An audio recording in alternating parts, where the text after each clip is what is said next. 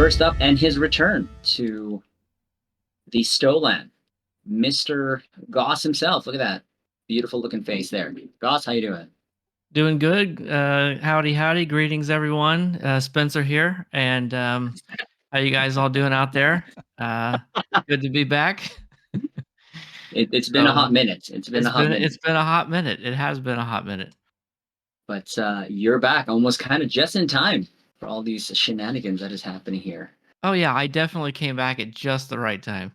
It's been timing. And of course our Mr. Cheeks, Spencer. Sir. Howdy folks. Spencer here. He's so terrible. He's already in his blanket mode. DPS mode, sorry. Yes, this is pure DPS mode. Blanket, keyboard on the lap, leaning back in the chair. Oh gosh. This is how you do DPS. You just gotta be chill. He's a destroyer. He's transformed.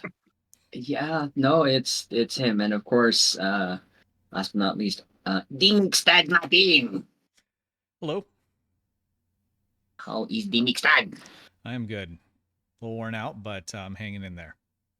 Nice. So, as I'd mentioned there earlier in the intro, it actually has been a year, exactly almost to the day since we did our last one. And it's not for the lack of not wanting to do one. I think it's just more, I think me personally, I've been stupid busy, and I know a lot of it's been focused on volleyball, and I actually hurt myself there the other night. I didn't stream there, but I actually had played volleyball again today. But it has been kind of a busier time, especially with kind of coming out of COVID and all that stuff. So, but before we get really into this, I want to kind of go around there and see what everyone's been kind of into, and of course, give you guys a chance to address our fellow caps here in chat. So, Goss, how about you, sir? You first.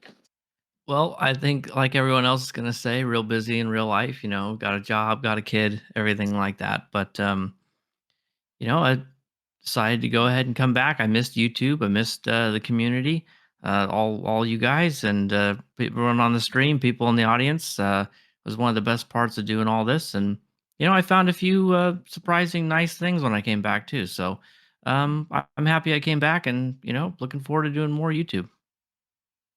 Some Spence. I've been busy promoting ISOMAG content, and I hope everyone here goes over to the exchange and picks up a couple ISOMAGs. You got actually Goss in that too, because he first STO video to straight up ISOMAG. Yeah, it's great. We need more of it.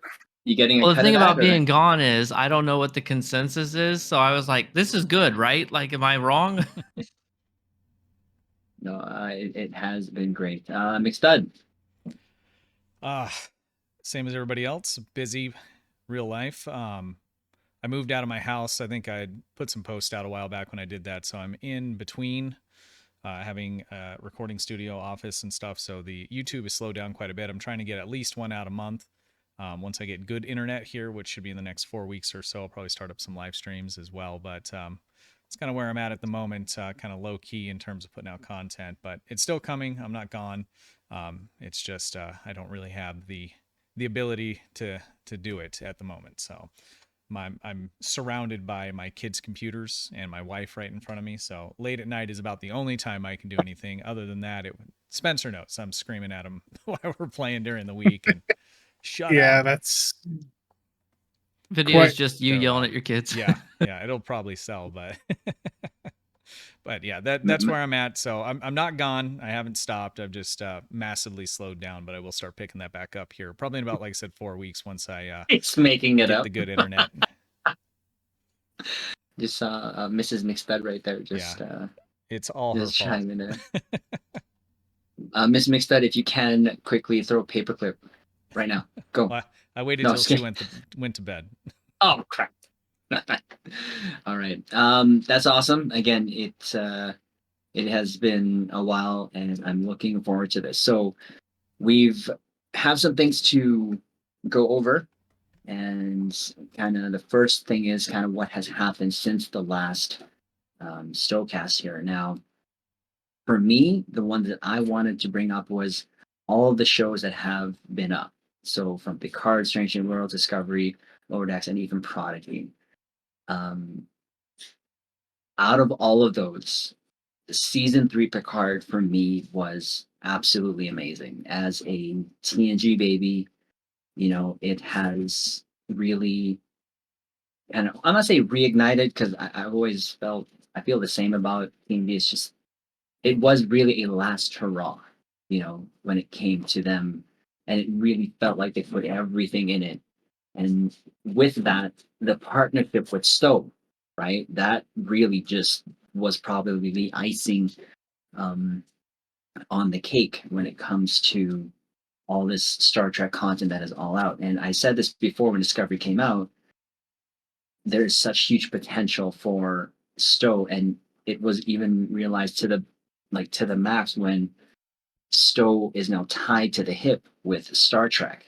We got all these, like the Odyssey. Like, oh my God! If anything, the takeaway from Picard, getting the Odyssey canonized, and one of the things that I could not wrap my head around was the fact of, yes, the Enterprise F was seen for what, all of 30 seconds, but the whole point of that was for me was that the Odyssey has been canonized. Like, that in itself is just mind blowing, and it's given me a new appreciation for that ship, because when I first started in STO, I didn't really like it, but Thomas did a great and wonderful job on it. And kudos to Thomas when it comes to all the work he's put in, because it's been recognized in Star Trek. And I feel that with all that's going on now, which of course we'll get into later, I don't know where that's gonna go, but there's still gonna, like right now, what, Lower Decks is still on, Strange New Worlds just finished, Discovery's coming next year, and then Prodigy finally found a home, and I think they're starting Prodigy December, if I'm not mistaken, on Netflix.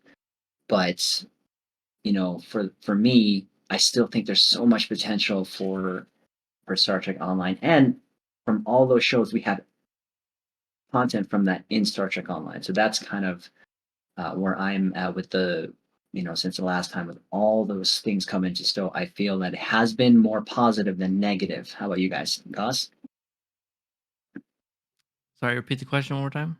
Just how do you feel about those shows, since, the last time that we've talked, and how it's kind of manifested into STO? Well, in terms of it manifesting into STO, I mean, it's more or less what you'd expect, right? The game focuses very heavily on adding ships and having ships and doing those sorts of things and having abilities that mirror things that happen on the shows. So it's nice to get all those ships into the game, even if some of them are coming in through the gambling boxes. And they added some fun stuff and the lock boxes and stuff to duty officers and weapons and uniforms and everything, so you can role play like the shows. So that part's been good. Just being able to have that stuff. In terms of the shows themselves, I think bit of a hot take here, maybe. I think Picard was a complete mistake, and that's not to diminish anything good about the third season. But to me, it's like, I know that Patrick Stewart in real life is not anything like Picard, and he was very much against reprising the role for a very long time. And there's a lot of interviews out there. I listen to a lot of like interviews with the cast and stuff, and podcasts and things, because I'm able to do that at work. And you listen to the stories from like Jonathan Frakes or LeVar Burton or whatever, and they all tell the same story, which is that he only agreed to do the show if it was completely different than TNG. So the reason why the first couple seasons were really different is because that's what he wanted. That's what Patrick Stewart insisted on, because he wanted to do something different with the character, but the fans hated it. So it's like, yes, the third season was what we wanted, but it isn't what he wanted. And so the whole thing just kind of feels like a mistake. Like, in order to get a season that the fans wanted, it had to like go back against the thing that he didn't want to do. So it's sort of tainted for me a little bit. So I'm not going to say that like there aren't good moments or it isn't enjoyable or anything, but I do kind of feel like it would have been better if it just never happened, at least in terms of Picard. Um, Prodigy feels like it could have been anything other than Star Trek, and Star Trek was forced on it. And it's fine. And I'm happy with Kate Mulgrew getting a check and everything like that. But I haven't watched too much of it. It's fine, right? But it's another thing I feel like didn't need to exist. I gave up on Discovery after season 3. I don't think it's a very good show, and I don't think a lot of Star Trek fans. Um, it's no secret that the new stuff has been pretty divisive, so I don't feel like I'm alone in that. I haven't really gotten to watch much of Strange New Worlds because I want to watch it with my wife, but that looks pretty good, and but they're doing a lot. That's the thing. There was nothing for so long, and now they're doing stuff. Some of it's going to be good, some of it's not, but it's just nice that there is more Star Trek, and that's only a good thing. So Some Spence. I mean, the lore of everything, I'm not the biggest into all of that, but I thought Picard, Strange New Worlds, and Lower Decks were fine. Discovery, like most others, it lost me, especially when they got to the 32nd century or whatever. For the impact on STO, I've really enjoyed the amount of power creep that we've gotten from the ships from the shows. The Gorn Hunter from Strange New Worlds. I'm curious to see, what else we get here from Picard season 3 because they haven't really tapped into that yet. he's waiting for the show about isomags. I'm, yeah, I need them to specifically call out isomags being the thing that made the Enterprise D do so well in that last episode. The refit That'll be the did. finale. Perfect. Instead, Yeah, so I mean, pretty similar sentiment. I think, to start with overall, more Trek shows is probably equals more life for the game, not just because of more ships and things to pull from. I mean, prior to the new slew of shows, Star Trek has just a ton of content, right? And probably thousands of different ships and species and people that we've seen through those. But I think it recaptures people's interest in Star Trek. Whether they like the shows or not. I mean, I was the same. I watched Discovery up through season 3. I probably will go and watch 4 and 5 at some point, although I wasn't a big fan. I think my biggest issue with it was that, I mean, how many times is the universe gonna explode? And so it just kind of jumped the shark for me. I think was the problem. Like Goss said, it was kind of divisive, and I don't mean that Star Trek's always challenged the fold. It's just the writing was so much better, and they did it in a way where they didn't push people apart. It really kind of brought people together that had different kinds of viewpoints, and I think Discovery did a really bad job at trying to capture that. So Lower Decks, I think, is excellent. I haven't gone through and just watched it religiously, but anytime I have some spare moments, I will catch an episode, and it's great. I think it's entertaining, it's hilarious, and it's probably the closest thing to TNG really, and DS9 for me. Strange New Worlds is excellent. I've been really really happy with that. And what am I missing? I think that's all of them, right? Prodigy. So I watched the first couple episodes on that, and I was pretty excited for it because I was hoping that it would really grab children or some and when I was little, I loved Star Trek. Most of my friends didn't, and I'm talking when I was 6 and 7.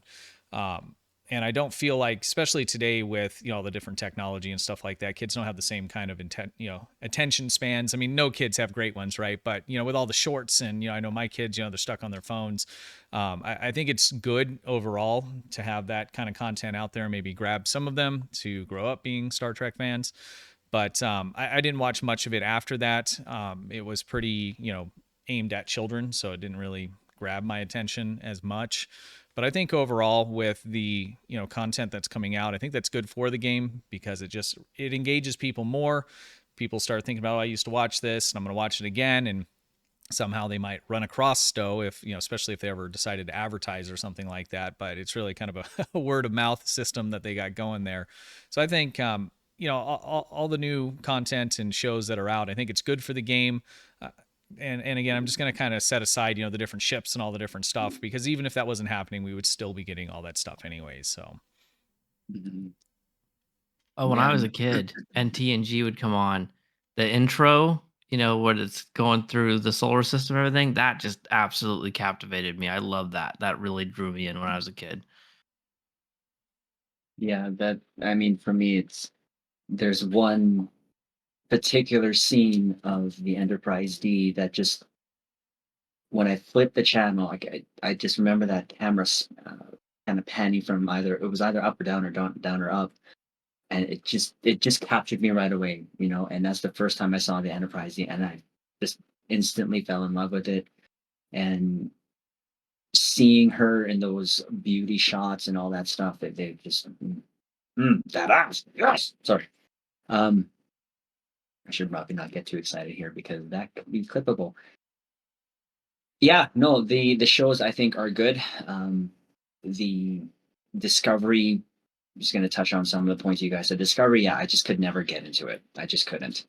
I already talked about Picard, but Strange New Worlds, love it. I know I'm not caught up. I know, but hopefully we'll fix that very soon. Lower Decks has been awesome. Prodigy, I can't say I have watched it. Just the clips here and there, like especially last couple scenes where they had to be the ships kind of fighting each other there. That was pretty cool. So, and again, having all of that content into Star Trek Online has just been absolutely awesome. And kind of going to the next thing here, the game Resurgence. I'm not sure how you guys felt, but if you guys played it, I did, and I absolutely loved it, and I enjoyed it. The experience of that game. It's not the best looking game. There was a lot of glitches, and I don't want to say I want to expect better, but for me, it captured that experience of making those decisions. The voice acting was done really well, and I still yet to do my second playthrough of that because I want to make all the wrong decisions.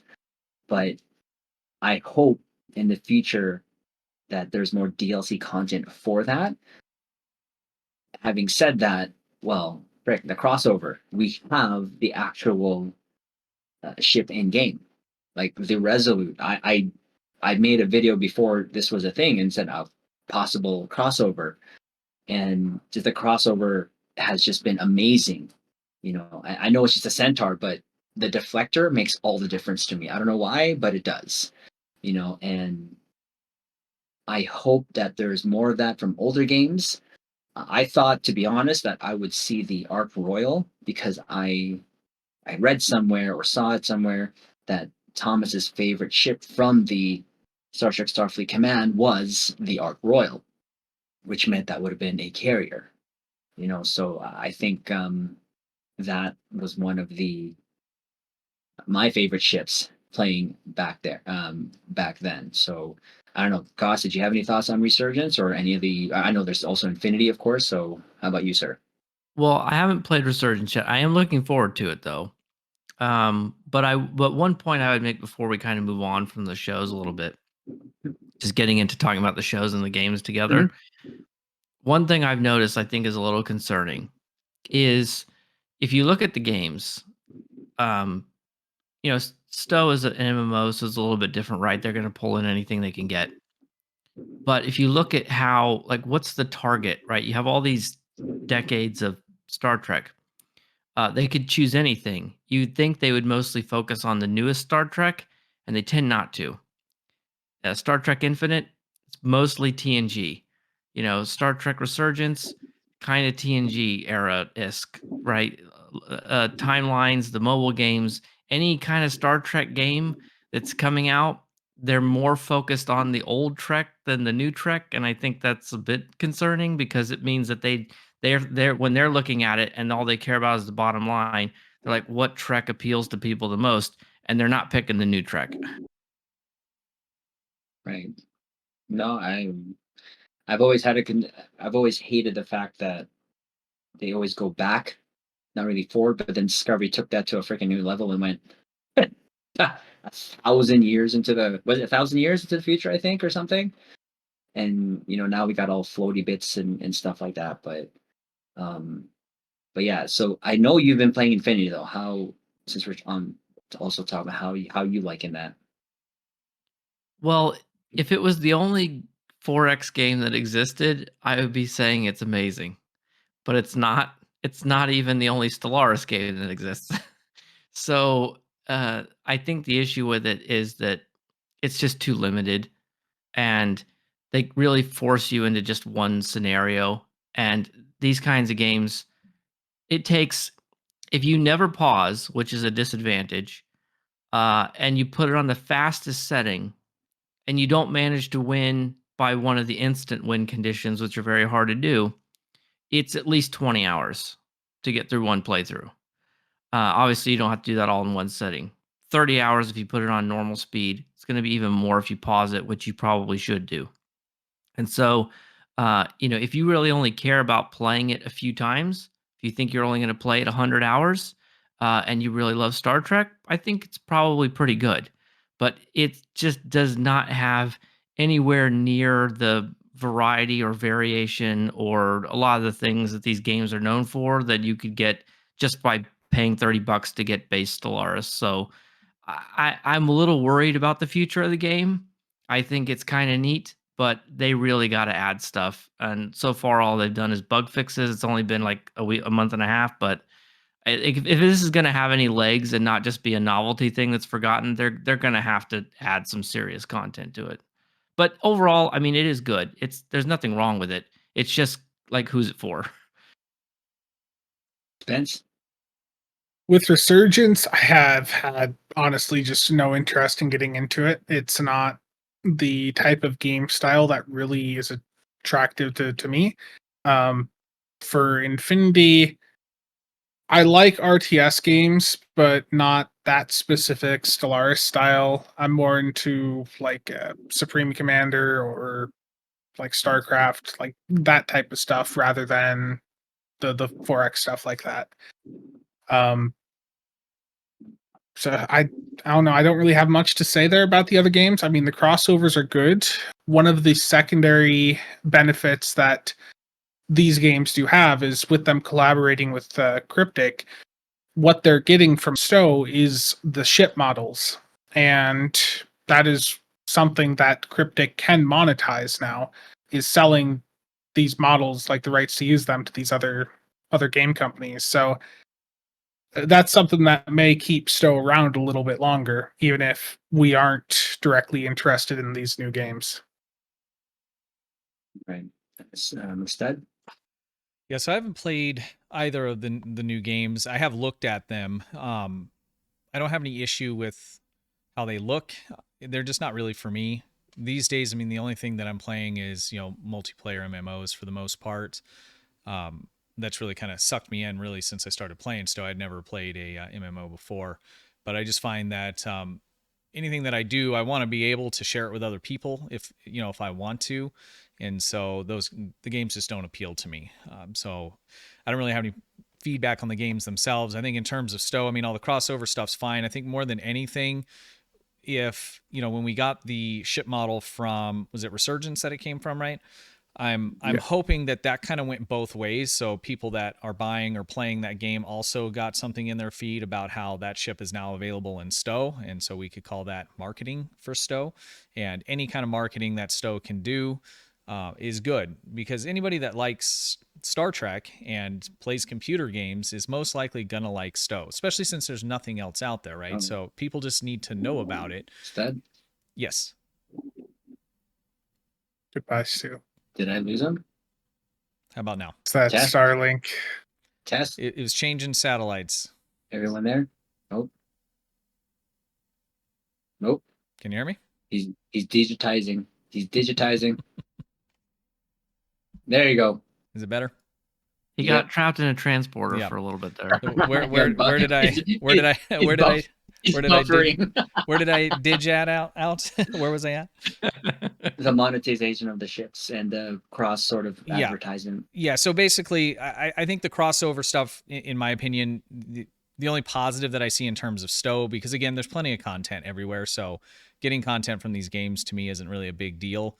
But if they're doing those crossovers, I'm hoping that messaging goes in both directions. So people that do play those other games are going to be exposed to, hey, there's a massive multiplayer Star Trek game that they can check out. And I think most people that like Star Trek and play computer games, if they knew about STO, they would most likely play it. They did for Resurgence. Yep. Yeah, I assume they did because of the way that that was done. But so I think that's probably the biggest win. The rest of it, again, I just don't think it really matters. If they didn't grab that chip, they would make up a new one or grab one of the thousands that we've seen on screen before. Yeah, and I think with the hard copy release, there was actually a code that they can get for I'm not sure it was a starter pack or I think it's the one that included the Miranda. Oh, okay. Yeah. Yeah. So that's cool, right? And I hope something, that keeps going. And for me, Resurgence, I would love for them to have more DLC content and to expand on that. But And I can don't you think know, that's going to happen. And can I add but one other thing? I think it would be of a course. much bigger deal if there was more expansions in STO, like there used to be, or like in other games. I think it would be a much bigger deal because then you could cross those stories. But we're not getting we're not getting a crossover like you traditionally would think of it. We're getting some new ship to buy, or in this case they gave us a free skin, which was cool and stuff, but we're not really getting content per se. And that would be a lot cooler if they were taking some of those storylines and weaving them into the storylines of STO. It's like that old joke, when you or not a joke, but when you have a hammer, everything looks like a nail, and it's like, let's do this crossover with a very story-driven game. How about a lockbox? Let's do a crossover with a TV show. How about a lockbox? Yep. The only way they can think to do a crossover with anything is to do a lockbox. I mean, Theseus, that was out of left, field for me when that came. Yeah. Like I knew nothing about it. Same. I mean, it's ugly, but just saying. Wow. Well, it is. You mean, just saying like- something negative about a ship model? The Theseus? Yeah. I don't know you anymore. Wait until you hear his opinion about the J. Hey, next thing. But before we go on, thanks for you guys' thoughts on we have been reading the chat, guys. Everyone has access to the Restream chat. Actually, someone brought up Digimon in the chat, and I actually unironically think that would be pretty fun. You get one of those monster collector games where you're collecting the ships and you have them fight each other. That could be fun. One other thing on the topic of crossovers too, it's not in the notes, but there was one supposedly going to happen with Galaxy Quest. Oh, well, I don't know what's that. But then I think that's Kale didn't confirm it directly on 10 Forward, but he said that there was a Trek-like thing that they were looking at doing a crossover with, but it just didn't work out in the end. And Galaxy Quest was the one that made the most sense there. Is that Galaxy Quest the one with Tim Allen, the movie? Yes, yeah. Oh, okay. And Sigourney Weaver? I think his statement was like the best non-Trek Star Trek movie or something like that. By Grabthar's hammer. No, that's awesome. Again, Caps, welcome if you're just joining us or have been here. We do have chat up, so we're trying to look at that as well. But we're going to get into the meat and potatoes here because for me, before we get into this, kind of the current state of STO, and it took me a while to make that video in terms of my reaction, and shout out to Captain Hook and Gravog for giving those info there.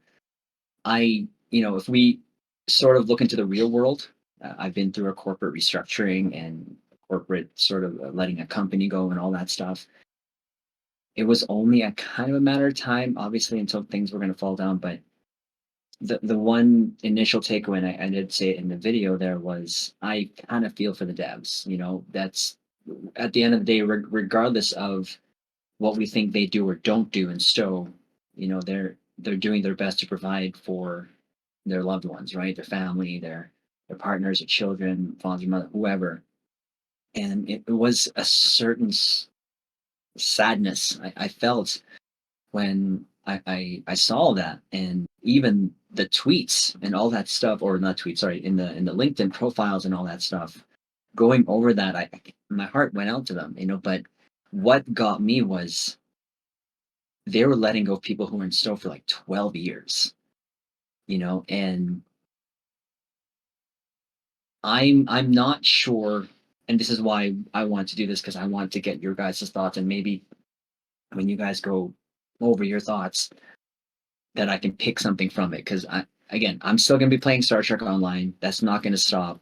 I'm still going to do, my dailies, all that stuff, enjoy as much as we can. But with this whole thing going to DECA, I'm not really sure, and I don't want to say it in a negative light because I think it could be positive. The one thing I did say is, and I hope is that DECA could be a pit stop, if that makes any sense, like a pit stop.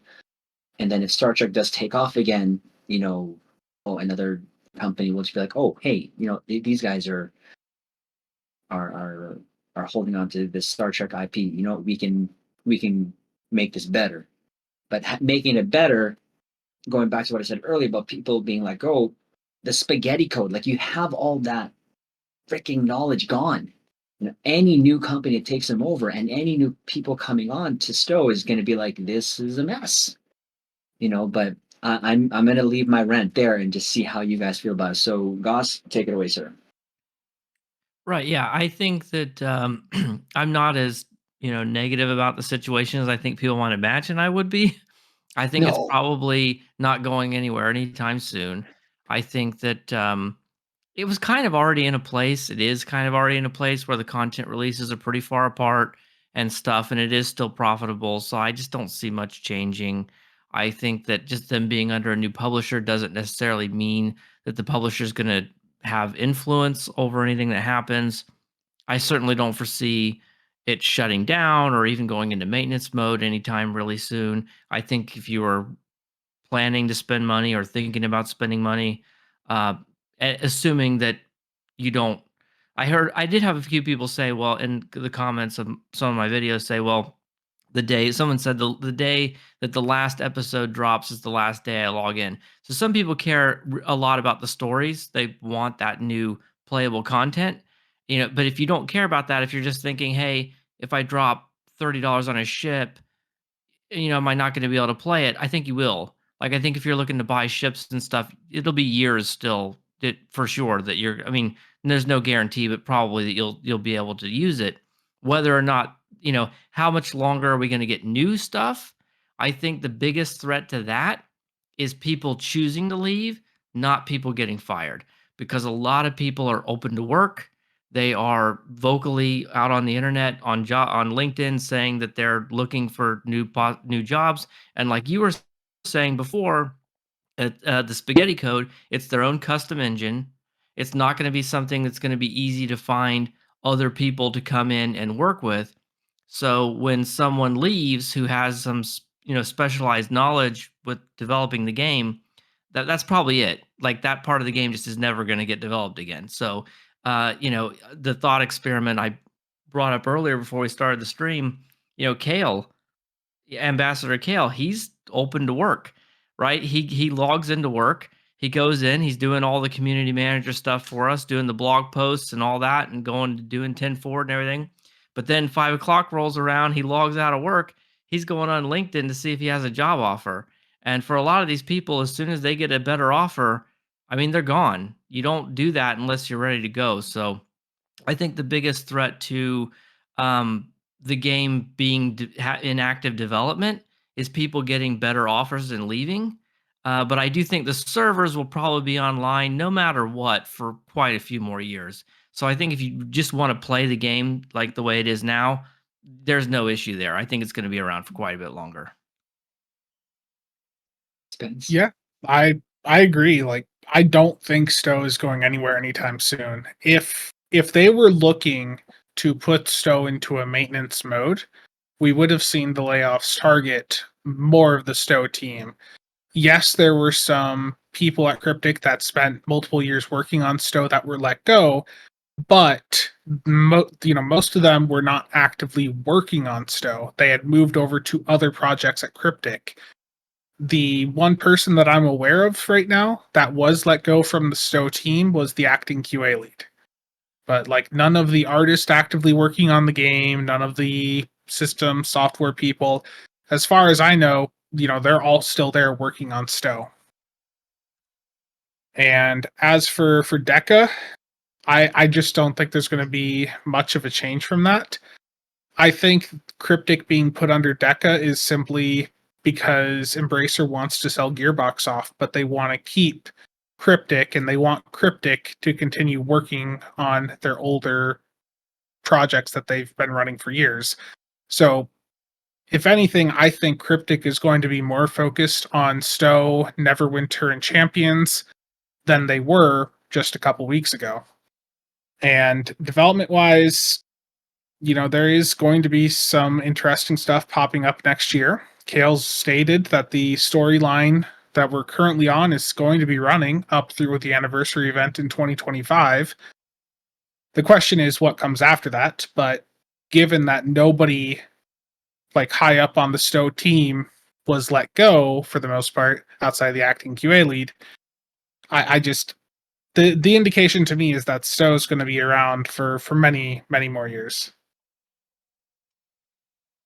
So I just want to recap. There's a few people in chat that they're not real clear on what's going on. So Embracer Group, they bought was it New World? No, not New World. What was the old publisher called? Perfect World. Perfect World. Yes. So they bought New World. So they own Cryptic Studios and operates under Gearbox. Embracer Group is laying off people at a bunch of their different studios and some of the publishers in between. And Cryptic is being moved over to a different publisher that they own, which is Deca. And so over the past couple weeks, there was signs and people that had got laid off, and at Cryptic a little bit, from my understanding, there wasn't a ton. But there were quite a few at other studios, and it looks like there's some restructuring. From what I understand, there was some sort of big deal that they were working on. They invested heavily, and this is Embracer Group, the actual company, parent company, excuse me. And it looks like that deal fell through, and so their bottom line is all messed up. So they're having to do a restructuring, and so they're moving all of the pieces around. So, and I agree with Goss. He had said earlier, I think that they have moved Cryptic over to Deca to park it there, so that it's out from underneath Gearbox. Excuse me, guys. Sorry about that. And because they'll probably sell it or move it or dissolve it or do something like that. So I think they're just moving it over there. From what I understand, Deca and Cryptic Studios are about the same size. And I don't think that we're going to see any kind of major change there. I do think there's some positive things. I think Spencer had said that basically all of Cryptic's new projects have been canceled. Is that correct? That's what we think. There were 2 projects apparently that they were working on. One of them appears to have been canceled, and artwork from that has started to appear on some of the LinkedIn posts from some of the people affected by the layoffs. It was some cel-shaded game. The images they showed had a dragon in it. It was completely unrelated to STO. And the other project that they're working on, a lot of the people that are still there at Cryptic that were on that team are now posting after the layoffs that they're uncertain of their future and that they want that they're open to offers because they're not sure if that project's going to survive all of it either. Okay, so and I think for STO, I think that's good. That means that Cryptic isn't working on other stuff, and hopefully there's a little more of a focus. I don't think that means we're going to suddenly start seeing an increased amount of content in general coming out. But that means that there's more focus on the games Neverwinter and STO that are making them money. Because, I mean, think about it, right? So, we spend money on STO, that's profit that they make, and that's being put into other projects, which is fine. That's how it works. But I think what we'll see is, or what we're seeing is them taking, Cryptic and the things that are making them money, moving that over and shaving off any of the fat. And I don't think that, from what I've read and seen, that Embracer Group is in the mood to be funding new projects and different things like that at the moment. They're restructuring and they're making sure that their money makers are secure and in places that they can just be focused on. So I really think that the move overall, although it sucks that people are getting laid off and that Embracer Group made some bad decisions and they're in this position. I think, though, in terms of STO, I think it's probably positive, at least, for STO's long-term life, however long that actually is, because if they're just focusing on Neverwinter and STO, that's better than if they're also moving people out of STO or using some of their time on these other projects. So I think that overall this will probably end up being a positive thing, at least in maintaining, the status quo in a positive way. Like hearing you guys talk about that, like it is what I've been told also by others in chat in the last couple of weeks. I'm happy about that. I really am to know that that is a overall positive as opposed to a negative. I just didn't quite understand or know what DECA is other than that statement that Goss made. And it, the content already has been set, I would think, for the next year regardless, right? We're already a year past they've already worked on stuff for the next year.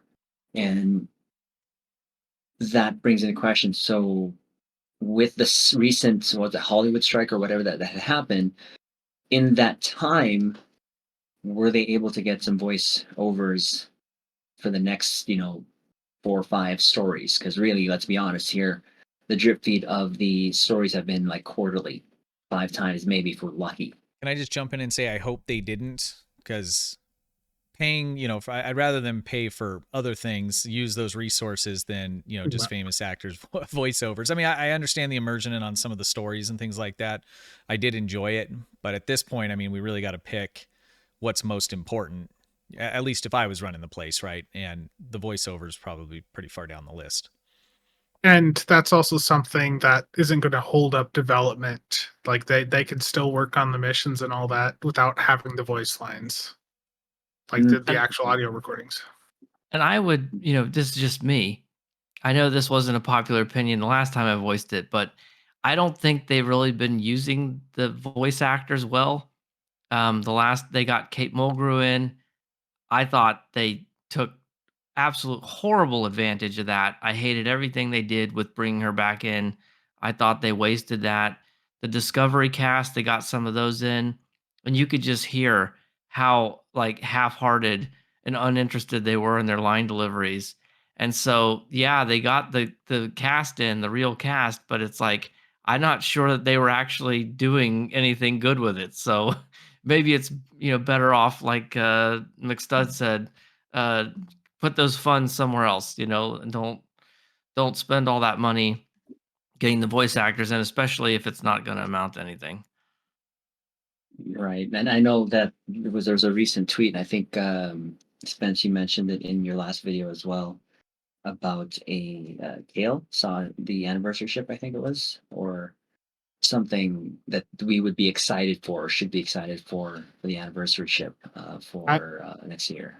There's some exciting things coming next year that I'm aware of. What? Something that many of us have been asking for a long time. It looks like they're finally working on. There's going to be some interesting things next year. Yeah, I mean, again, hearing you guys talk about it, I feel better. I think Mixed as well. This is our first MMO, if I'm not mistaken. Yep. And I've not really gone out of this STO box really, because nothing else really holds much of my interest. Obviously, I play the other games as well, like more Dragon Ball, if anything. But I know like people like Nick or Spencer. Mixed have been trying to get me to try other games, but when I see them play, I mean, it looks cool, but I can't attach myself to it like I can with Star Trek. I'm curious, what are the other games? Me? Ninja Turtles? Just yeah, they're just trying to get you into. Destiny, World of Warships. That has to be Spencer. Fake news. Nick has been Nick's. Oh man, jeez, Nick is like, come on, old man, try it. World of Warships does look interesting because I did play an older PlayStation game, Warship Gunner. Sorry, that's not supposed to happen. It's not. I'm not sure what just happened there, but might have just been a sub or something. But yeah, I see it. I feel like those games, although they look cool, I can't. I'm just it's not. They don't speak to me, And is there life after STO? Again, I'm happy to hear that there's much more life in STO. For me, I said 3-5 years about 2 years ago, and I'm glad that it's there's more stuff like because I feel like even if all the Star Trek were to end, and I think I forgot to mention I saw in chat there the Section 31 movie, that other Academy series that I think that they're working on or whatever that is. Um, if all that were to end, I still feel like Star Trek Online could do what they did pre-Discovery, pick storylines and just go. And I almost hope that they do, in the sense that we get more like the Iconian story arc. Because I remember, man, the Iconian story arc was just It was good. absolutely amazing and one of Victory is my Life favorite. was excellent as well. I mean, really, I think that the new content on TV has been bad for STO in terms of the storytelling, because a lot of it hasn't been super great, and Mhm. so Oh, Victory is Life is an example where I think they made excellent use of the Yeah. cast, Yeah. and the storytelling was great, and they actually developed the characters and picked up where they left off, and we got to have a resolution between Kira and Odo, and all these sorts of things, and it felt good. It felt legit, and it was like, yeah, I think to me that was the last peak. I don't think they've really matched anything. And I don't think anything that's come after Victory is Life has matched. That was their end game, right? They haven't really been able to match it since then. I wish they would, but I kind of feel like that was the last high point. But you never know. Maybe they'll come out with something great again. We'll see. I enjoyed the last stories with the whole. I know a lot of people are feeling the fatigue of the Terran Empire. I I'm okay with it. I mean, we got some good bundles out of it, and like the what was that recently? 13th, 13 with the Monitor, the Eagle. Um, that bundle was great. I'm not there yet. I want to see where they're going. Obviously, now they're throwing back the board here, and I mean, for me, I wish with the board that they've revamped, it's only for the new story mission, if I'm not mistaken. That's it. The only new things we gotten outside of the story mission was the assimilator. And even that, I kind of wish they'd bring back the board games. That's not entirely true. Nani. If you play Guillotine Elite, they've also managed to actually make a board cube that is rather challenging. Oh, no, okay, sorry. Yeah, you're right. The tack cube there. It's I a heard board cube that actually feels like a board cube. right with like 1 million HP, 2 million HP, and It's 48 million, but it's also got some abilities on it that will like cleanse debuffs off it. All that. It's actually you can take it down with a good team real fast, but it's actually more challenging than your typical cube. And if right. you want to be able to take it down, be sure to check out Spencer's Isomag store. And also the Delkina meta plasma build. Got to have that complex plasma fires. Time for your commercial break. Spencer, take it away. Ryan Howe, thank you so much for that. I appreciate it. But yeah, no, I want also them. I'm not sure if it's going to even be a thing, No, or they something they can do. The Foundry was one of the best stories that I've ever experienced in STO. The player bases have come up with some awesome. I mean, it's wishful thinking, but I think they need to do something when it comes to story customization by the players again. I don't obviously that means Foundry, but I feel that I found it way too late. I think I found it like 3 months before they sunsetted it, and there was just some great storytelling there. But I mean, going forward with under Deca, is Deca gonna be? And I'm gonna throw this to anyone. Is Deca gonna be making the story? For no. STO or no? They're just there, right? They're just there So to. Cryptic has to, with how Cryptic is structured, they have to be under a publisher. But every publisher that they have been under for the past several years, they acted independently under. So under Deca Games, it I don't think Deca's really going to have too much control personally over what Cryptic does. The status quo then. Yeah. And with regards to Ryan's comment also, about people going back to the STO and Neverwinter teams, from those other projects, I just don't think that's going to happen. You see Bordicus on LinkedIn putting up that he's open to offers. Al Rivera's putting up that he's open to offers. It doesn't seem like they're willing to move people back to the STO and Neverwinter teams, yeah. If they're already off the team and they're canceling those projects, they're canceling those people, essentially, is what they're doing. But anybody that maybe was splitting their time, we should be able to get them back 100% would be my guess, as long as they don't downscale any of those teams either. But I still think you'll have a better focus on the few products that they have left than if they were, creating all these other new ones. Well, the people that were splitting focus were some of the ones that were let go. Okay. Yeah, there's probably a hiring freeze. They're not going to be. Yeah, they're looking to cut. They're not. They're looking to get rid of people, and they're not hiring anybody. No, I think Captain Hook comment there a while back mentioned, and I did see in the limited, because I did look at Deca's site, and when they are hiring, it seems like they are hiring, but I also read there in a statement something they're more mobile game centric, right? So keeping and injecting more life into mobile. I don't. Are we thinking that it's going to be status quo? Obviously, ships, and then just to kind of keep that money flow going, or is Deca going to try to add some of their successful things that they've done with their other games? What do you guys think?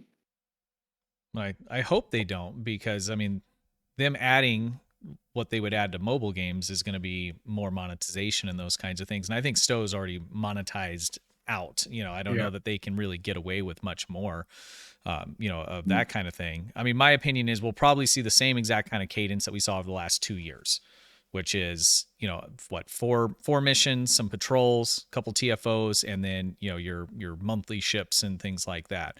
I really think it's status quo.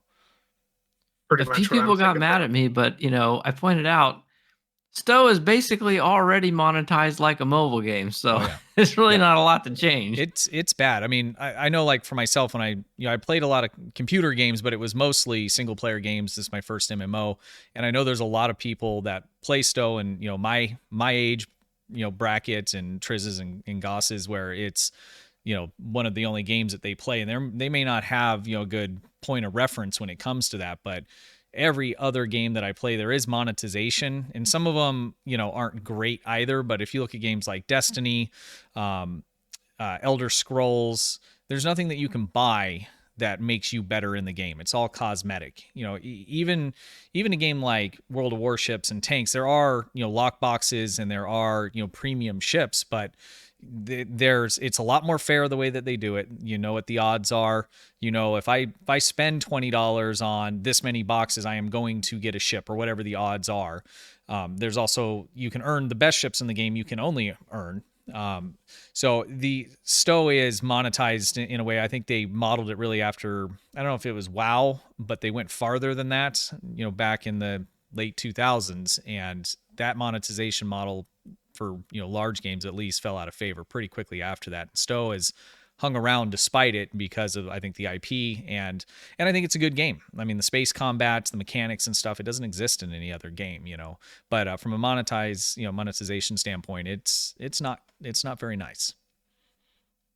Well, that's the thing, they haven't kept up, right? Like you look at other games that have gambling like this, they have pity timers that are available to the player. If I spend this much money, I'm going to get this, that, or whatever. They have banners and all that kind of stuff. And I don't generally like to play any of those kinds of games, but the industry has progressed, and STO is still doing it the same way they've been doing it for all these years. They haven't even caught up. And what's funny about that is Neverwinter has some of that now. Yep. You know, as of a year or two back, they added in a thing so you could see like how many boxes you'd opened, and there's a guaranteed drop at 250 boxes opened, regardless of even if you win the grand prize over there or not. So like they already have some of this stuff developed. It's just that they don't want to add it to STO for whatever reason. And I think the reason for that is because I think they make more money with the lockboxes in STO as is than they do over in Neverwinter. I was looking at the Steam stats for Neverwinter, which just had, you know, a major season drop last week. STO had more peak players than Neverwinter Do you think that that same day. do you think that, I guess I got two parts then. If they added in, like on Warships, right, there's a counter. So if you buy just one box, it says if you open 30, you know, and if I open 5, it says 25 more, right? But you know exactly how many boxes at the maximum you'd have to open before you got, you know, a ship. Do you think if Stowe put that on there at 200, a lot, you know, less people would buy the stuff? I mean, we all know it's pretty bad, right? So I guess the second part of that is, what if they lowered that to 50, you know, or something like that? I would be more inclined to, you know, open boxes if I had a clear understanding of where I was at in those pity points. So I mean, is there a trade-off where, you know, if they just told us now it's too high and that would turn off some people, but if they told us what it was and lowered it, there's got to be some kind of medium where they either, you know, make more money or at least it stays the same. Yeah, exactly. And I think it's a trade-off, and maybe they don't know, right? It could be that it's more optimal to do it that way, and they just are afraid to try it. Because I think if you make that change, you can't go back. Right, that's right. Like if you know, because if they do make that change, they can never go back to the old system. If it turns out to be a mistake, then they would regret it. But I think it's like if you have, because they clearly have people who are willing to spend $300-400 on a promo ship or a lockbox ship with bad luck. If you give them a hard pity timer of 100 boxes or 50 boxes, you is the number of people who would then go for it who weren't already going to make up for the lost revenue from the people who would have spent much more. Yeah. And so it's like it's we don't have the raw data that they have, so it's kind of hard to say. But I mean, I would imagine they either their numbers are telling them it wouldn't work out, or they think it's close and they're afraid that they won't be able to go back if they try it. Yeah, that is a risk for them. Can I just make one correction? Captain Hook, he pointed out that World of Warcraft was never like this, and I didn't speak correctly. So STO originally was a subscription-based game. I think you could still buy ships. I didn't play it back then, but then they switched to the free-to-play model, and that's what I really should have emphasized. When the free-to-play model, when those all first started becoming the big rage, that was like the thing. They were monetized, and it was terrible. Most other games have evolved since then that were in that model. STO never did. I thought there was a pity system, Spencer. There is, but it just increases your chance to win once you hit that pity system. And right now, the pity system is basically calibrated so that it takes you like $300 worth of the gambling boxes to go in and hit that pity point. And then there's also other factors to it, like the fact that it's per box type. So And per if you open and per character, yeah.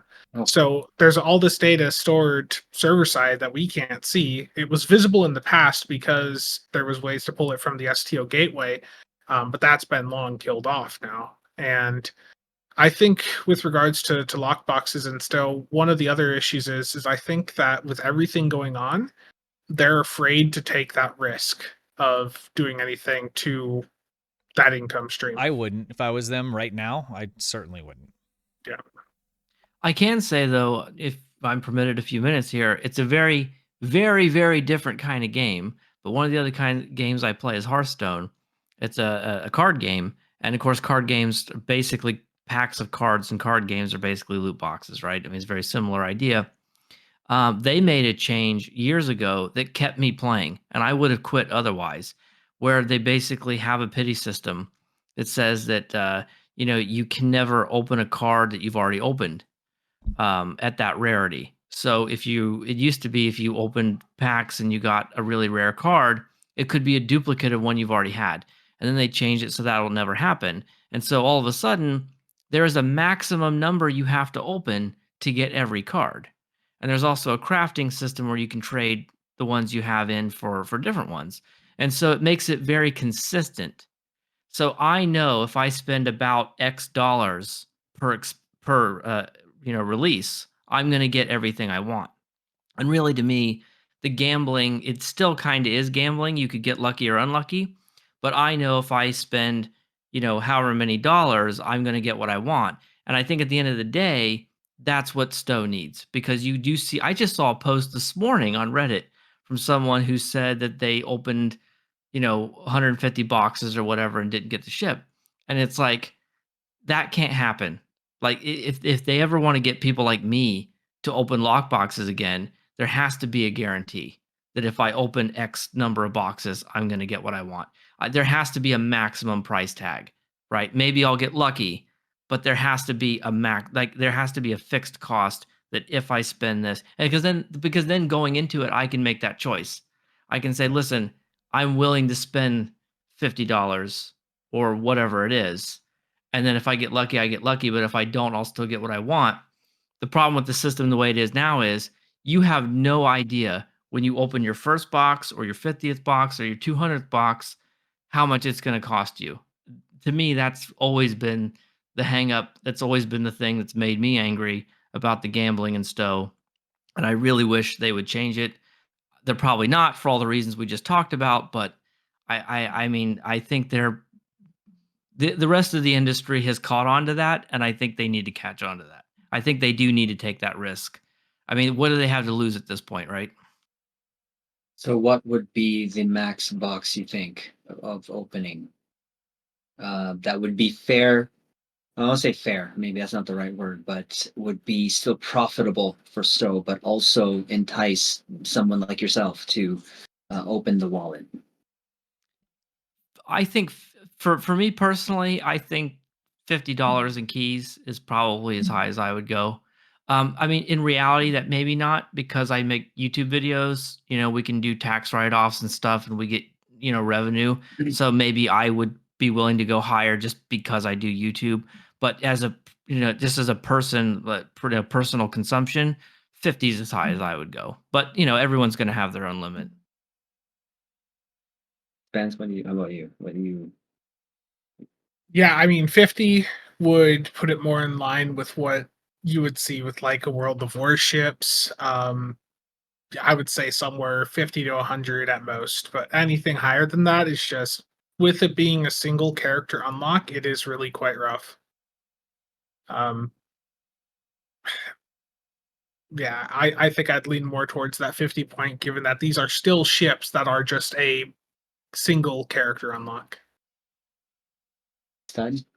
Yeah, I agree with that. I mean, and the only thing I can kind of compare, the whole lockbox thing to is warships and tanks.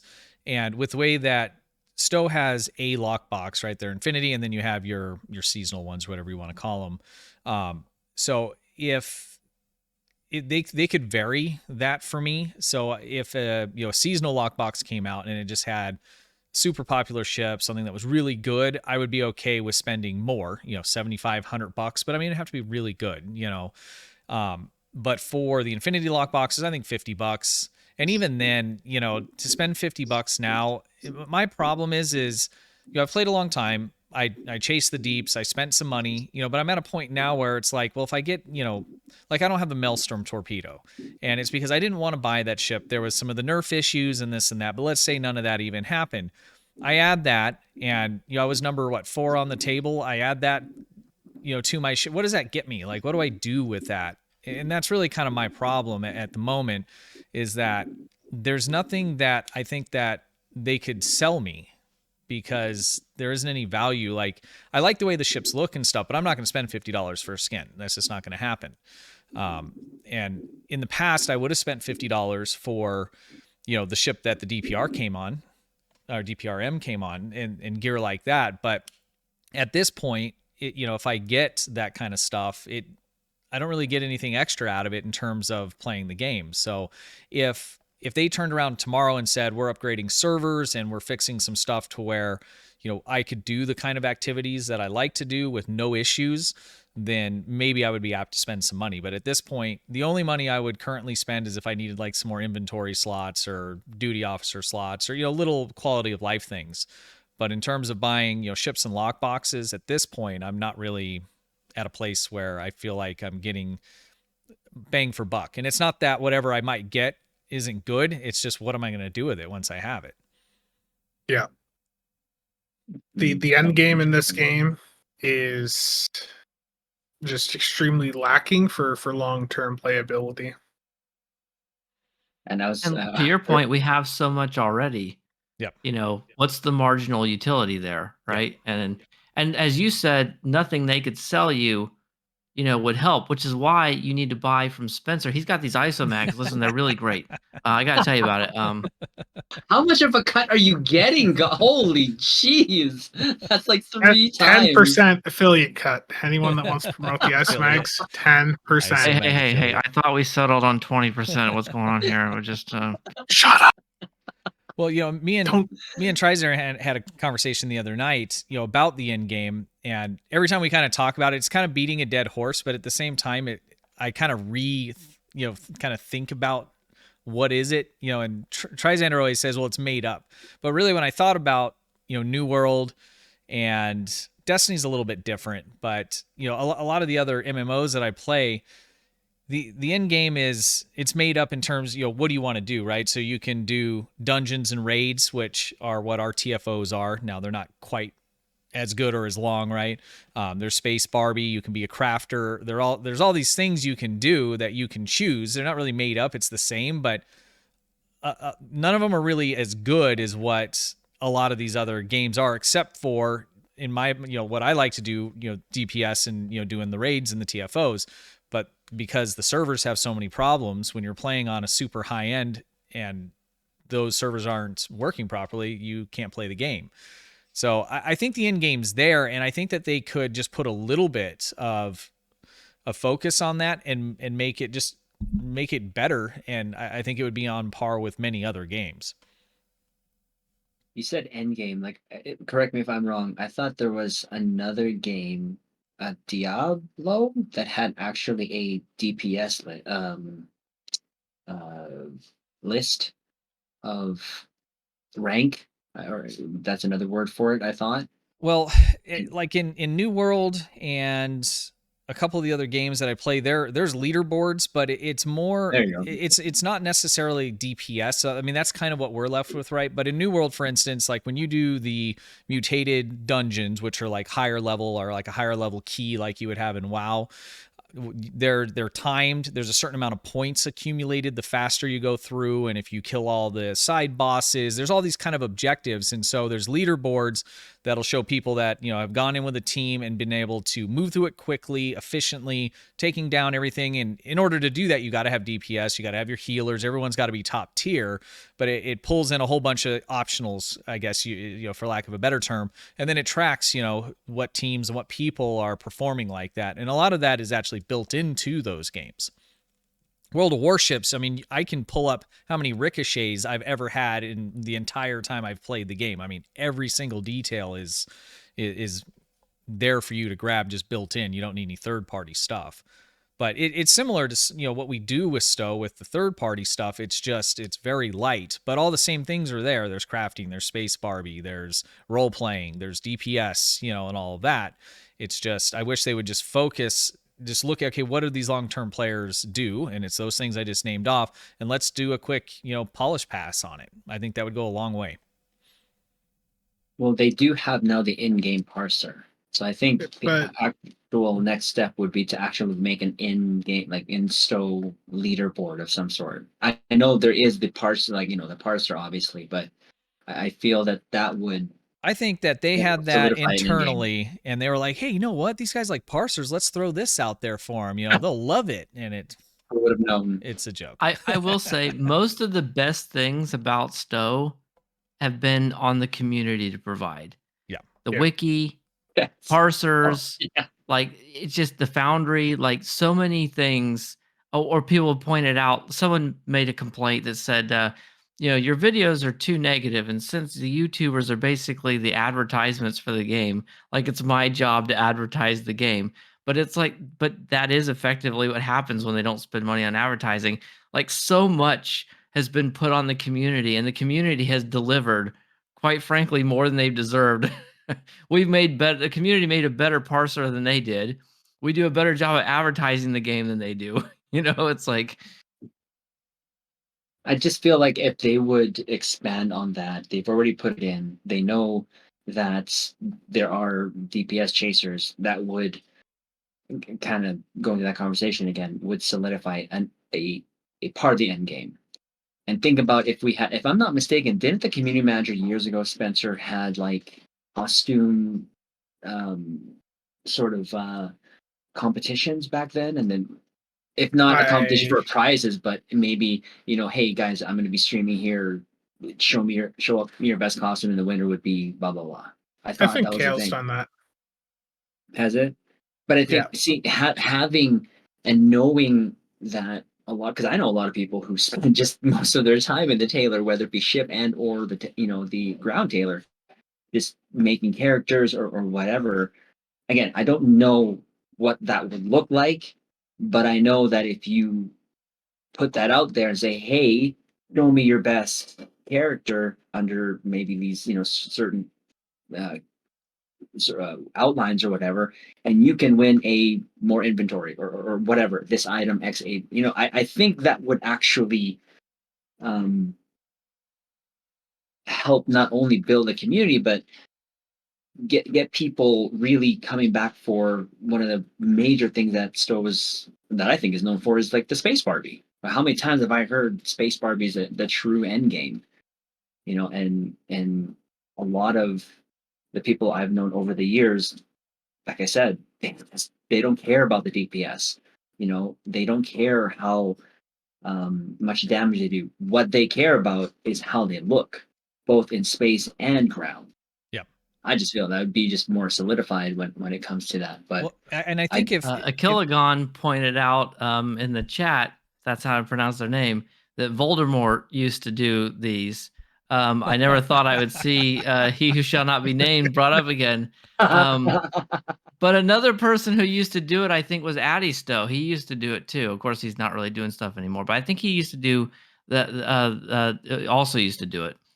So and he had a shockingly big community at the time. Yeah, I don't know where all those people went, but yeah, between him and Voldemort, I think that there's an audience for it. People have been willing to do it. They find it. We just need one that's all Enterprise J's, though.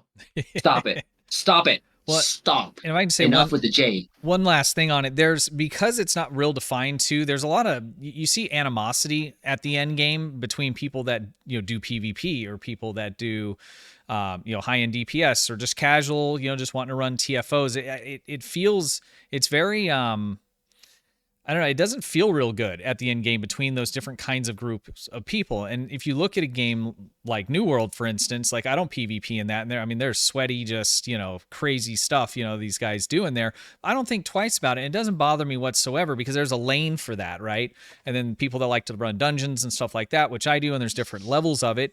There's people that do that. And I don't ever hear people hating on this group or that group or any of that. And I think a lot of that is really a function of the lack of, I don't want to say defined in game because those things are there, but it's all very blurry, right? It just kind of all crosses over. And so people find themselves saying, well, what do I do now? I don't want to spend all this money, or I don't like the deeps. And so there's some animosity towards that, as opposed to if there was just some better systems, or the systems that we have are a little bit better for the end game, where you could just lean into one and, there's communities that develop in each one of those lanes. I think it'd be healthy for the community as well to, see Cryptic look at that stuff again. And it doesn't have to be anything crazy.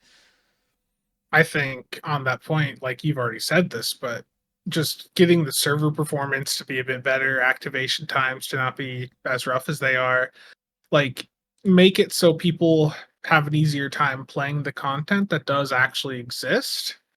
Because right now, like you know how the servers are. the general theme from like the entire DPS community, you know, you ask a lot of the big DPS players from the past couple years, you ask them what the end game of STO is. You know what their response is? Their response is the end game in STO is to play other games. And Yep. a lot of that is because, like, even for the people that want to do the things in STO, the servers, the activation times, they screw with us so much that it just ruins the entire experience. Well, the servers are almost like another loot box, right? You know, because Yeah. we'd go do a run, it's perfect, but you know, it just depends on the roll of the dice of whether or not, you know, things spawned in or if it registered different things, you know. So I think that's a big part of it. And I mean, for your Space Barbie people, what if you went to the tailor and it just brought you to a different instance where you could adjust your character and move them around and check them all out with nice lighting? Like that would be huge. And I can't imagine that would be super hard. I mean, I can do those kinds of things in demo record. Like it's all there. They just need to make a UI for it. So there's a lot of just little stuff that could be done that would just, someone that likes to spend their time in the tailor, will give them a 3-dimensional, you know, instance that they can move around and adjust their character and, you know, do all that stuff. So I think there's a lot of just little things at that in game, you know, side that they could do that would just better the experience, give people a little more direction of, you know, things they might want to do or, you know, multiple things they want to do, or just make the game better, you know, at the end. Because if you're someone like, you know, Caliph, he's here in chat. He's played STO less than a year. He's played every bit of content. You know, he's a completionist, but there's not anything else for him to do in the game anymore. You know, so the only time he jumps in again is when we're like, dude, we need you for something. You know, so you know, if there was a little more of a defined lanes for that, you know, in game, and we have them. They just need to give them a little bit of attention. I don't want to keep beating that dead horse, but it's important. No, it is. And, you know, I mean, for us, like, again, we play every day. You know, we at the very least log in, right, to do something, claim something, or do the daily in terms of for the next reward. I know a lot of people skip on them, but for people and their time investment to STO, again, maybe just because this is my first MMO and I'm set in my old ways, and you know, I feel that for me, this is what I want to keep playing, you know, for years to come. But newer players coming into this, once they get to the end of the story, it's like, so what's next, right? And then there's just so much information to kind of download in terms of, you know, making your ship better, you know, and all that. Yes, there are those how tos, of course, that you've done, that all you have done, but that is not sometimes appealing to everyone. Yeah. You know, and what is it? The DPS people is what, 1% of the STO community. Yep. You know, Much and then smaller. But there's Okay, a lot of stuff, like if they had a map for just parsing, right? That doesn't have to be just for the DPS people, because when I finished all the storyline, I thought I was done, and then I started, you know, looking at videos on YouTube and really, you know, fell in love with just the shipbuilding aspect and the combinations and things you could just make up. You don't have to follow the meta, you know. But what if you could go and, you know, there's places for you to test that and then go into TFOs, and again, there's a lot of just little things that could just be added that would be a lot of fun. You know, before I chased DPS, I was still trying to put together the best builds that I could, that I was making up. But it was really hard to figure out whether these were effective. I'd have to run, you know, 20, you know, different TFOs before I knew whether it was good or not, because your team composition, all these things makes a difference. It'd be cool if you had a map with the dummy ships like you do on Tribble, where you could just go in and try things out. There's people that would just spend all day in there testing stuff. People like to just fiddle around and test it, you know. So they should add that along with a 3-dimensional tailor instance, fix the servers. I think the servers are probably a lot of it's much bigger ask really than anything else, but why am I hearing like ice cream music? oh, Is there? I have a clock. Is that just me? No. I was like, what? At 11 o'clock at night, why am I hearing an ice cream machine? It's my wife's cuckoo clock, but it sings a slew of different songs. Okay. How many people have we lost? Like, just think of all the groups, all the people we've lost in the past 2 to 3 years, like in the DPS run community, because of like server performance. Yeah. People that were, you know, people doing that stuff were very willing to buy whatever was introduced into the game that could get you just a smidge more DPS. Yep. And Cryptic's inability to keep the servers in a playable state just has pushed basically all of them out. And then the other fact, testing things, the triple test thing over there, that's been broke for like a month and a half now. Well, there was a period of time where I was dumb enough to try and do ISE solo using the stealth builds. And I would log into the map, and then it would boot me. And then I would, get back in again, and it would boot me. And then I would get back in, it would boot me, and then I would just get mad and quit. There's like so many times you load into an instance, and then the server would crash, or it would rubber band or whatever, and then it's like, well, that's it. This run is just wasted. That is something that In the past, they need to focus. So they ask us for a lot of money, and we should be able to use it. Yeah. There's only Yeah, like one the basics, place, right? right? Yeah. There's only one place for the servers, right? yeah, Boston. Like, I mean, we've even had a bit more frequent in the past year where the timer at like the briefing phase and infected, we've No seen cost. it go backwards. I thought Nick only is the one who. I was gonna experiences say it's that. probably Nick's fault, but still. It only happens when Triz is online. Listen, that is not. Stop. There The J is. will do that. Stop. His inventory. Bro. Okay. Hey, just stay on course. Okay, Helm, frick. There is a question though that I do want to ask, and it's kind of a two-parter. But we'll focus on the one, because if I don't, I'm gonna get like 10 million messages from a specific someone. For STO, would we, if we had enough funds, would we buy it? For me, I would say yes. I would make this I'm not saying it's my dream thing to do, but if I had the opportunity to have this, yes. Are you saying like your life savings or like your Elon Musk money? Just enough to buy it. No. Just if you had enough to buy it, to run it, to be able to make the decisions, to, really get into the nitty gritty and make STO better. For me, it'd be a yes. So this is an interesting question because professionally, I'm a data analyst. I used to do computer science. I if I had the opportunity to go in and start tweaking with the game, I think I probably could do a lot of good. Eventually, once I figured out all the spaghetti, but I wouldn't take a job there. To kind of bring it back around to how this all started, I'm not surprised people are looking for an off ramp, right? Because even if the game is still strong for a few more years, it's only a few more years. And I know the way the world is now, even a few years is pretty stable, but like, they're not getting, even if we had the money to it's a hypothetical, Mhm. but even if we could take the game over and go in and make all these changes that we thought would be really good for the game, um, do we really think that it would have a big resurgence, that we would suddenly start getting new players and have a second growth and sort of have a second life?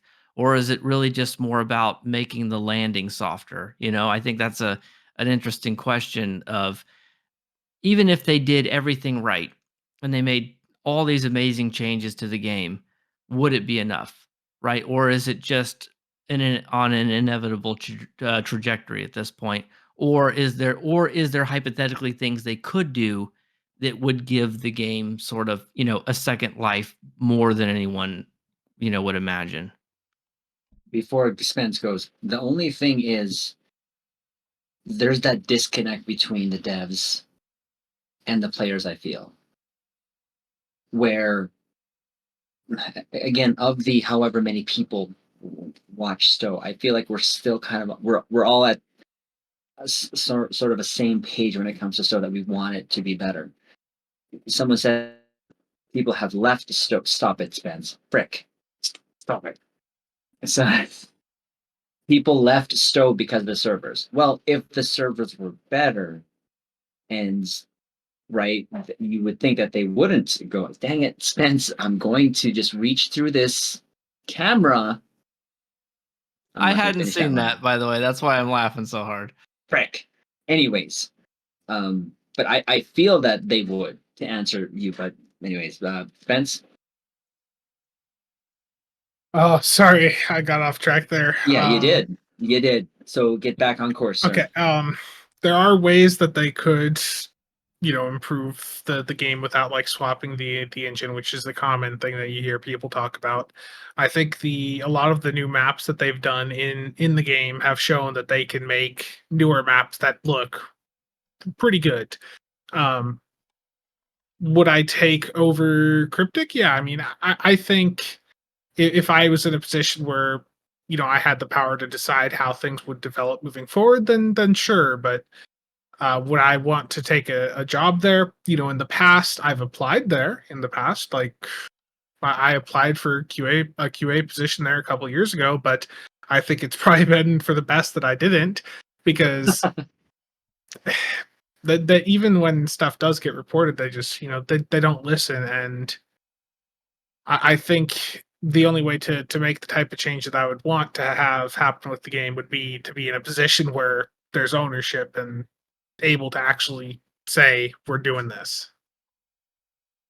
But I think there's still plenty of things that could be done with this game that would still that would keep it alive and bring in new people. I mean, the game as is barely markets, but barely puts itself out there. So like if you polish things up a bit, made the landing a little bit better, Oh, sorry. I think you could get quite a bit more out of this game.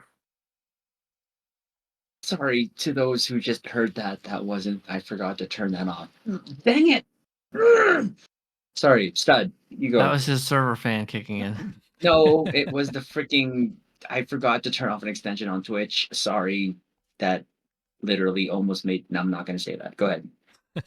So, I mean, I'd love to say, yeah, I'd run it and, here's all the things I would do. And I have a list of those things, but I don't know anything about the industry, and it's easy for us to sit here and say, we should do this and we should do that. And I think, what we've discussed would be good things, from the consumer standpoint. But, I mean, as a business owner, like I would start with, okay, well, how much money are they currently making? What's the bottom line? I'd look at all of those things because we're talking about my life savings, right? So first it's an investment, if whatever that costs with what they're currently doing, can I make that back? And then I would look at all the things that we discussed. Now, do those things translate into more money? I mean, I'd like to think so, but at the end of the day, the game has to make more money for it to stay in business, right? And I think that you can make more money. The way I run my business is that, we treat everybody like they've spent $20,000 with us before they've spent a dime. Maybe they never even become our customers. And that's how we're able to gain customers and keep customers and have repeat customers. So I would approach it in that way. I don't know all the ins and outs about, the industry and, what works and what doesn't. And I'm sure there's all kinds of data on that. And it could be figured out, but, I don't think I would. Yeah, and I don't know that I would take any game. I mean, I want to say yes because I love the game and I think that we have good ideas. But if we're talking about my life savings, not a chance. Sure, got to save for the bunker. Yeah, I mean, ironically, I would do it for free, but I wouldn't do it for money. Like if they're saying, "Hey, as a hobby, you want to come in and tinker around and make changes?" Sure, that sounds like a blast. Yeah. But as soon as you start doing it for money, then you start prioritizing it over other things in your life, and to me, that's a dead end. Interesting. Yeah, that was kind of the follow-up question there. If we were offered X amount, would we work for STO or run it for STO? I don't know. I mean, That's kind if of they came to us and said, "Hey, we want you guys to take over as the community management team," then I think I probably would be open to doing that. Because Right. I think that's something, provided they would agree to take our feedback and maybe do something with some of it. Right. No, I definitely would. I think that I would be able, not I, sorry.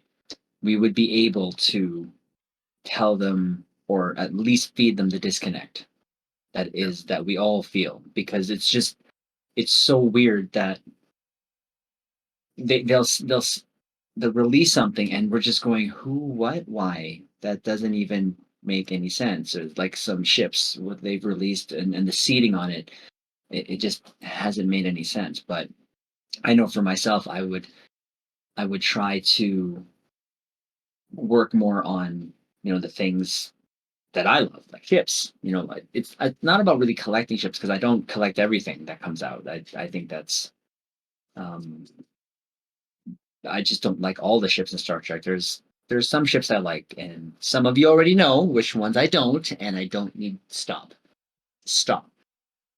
But I feel the more they would, if they more rely on all of us, our feedback, and actually do something with it. But of course, that would take them away from what makes them money, right? Because what makes them money is, of course, the ships. And now, kind of circling back to with them under Deca now, uh, I still feel kind of up in the air on what the next 3 to 5 years is going to be. I like to hear when you guys say, yeah, it'll be forever, but what does that really look like? Especially for story content. I want to keep at least having the drip drip story, at least for now. If it get more than that, I'm happy, but I don't know. I feel that Dota has so much more potential, but they've just bogged it up over the last 5 years, it seems. Well, I'd love to talk a little bit more about the thought experiment of us being the community managers, because I feel like we understand the game and maybe even Star Trek better than Kale does, or at least we're more invested in it personally. Yep. And one thing that just occurred to me while we were all talking is that every time they announce a new ship over the years, it's like boilerplate. Here's the ship stats. There's a little bit of flavor text that we always go blah, blah, blah and read past. But like they never try and sell the ship like uniquely. Like they never take a look at how it might appeal to someone uh, differently from all the other stuff they've released. So then from our end, we sit and look at it and say, well, look at the console seating or the layout, look at the seating, look at this, look at that, because they don't give us anything else to hang on.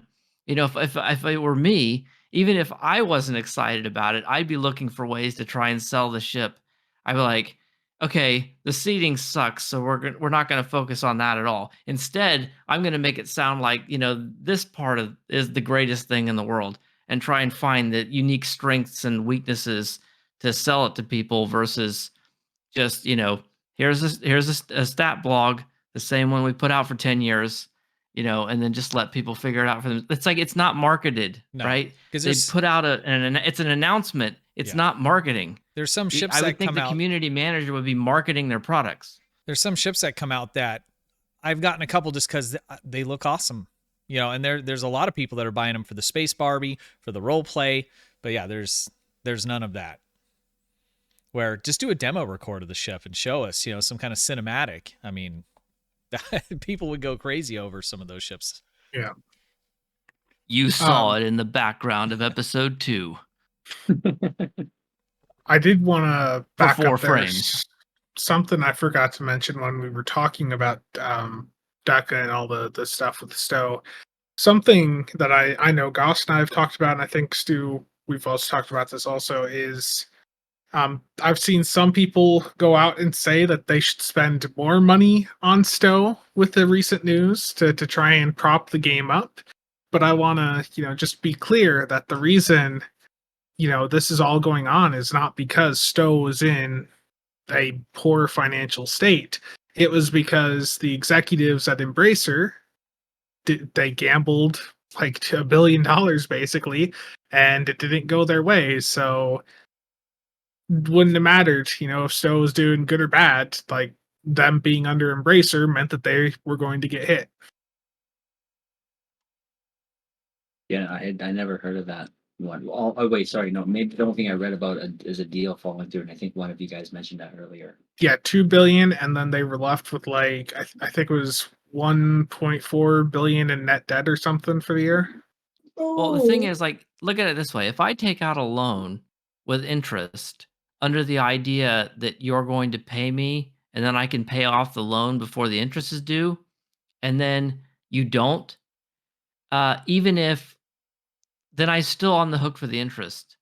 So like the deal they would have made, it's not like some people are saying, well, they would have gotten like it's like money they thought they were going to get, they weren't going to get. It wasn't like free money, but it was a deal that was it was like like a contract that would have been worth all this money.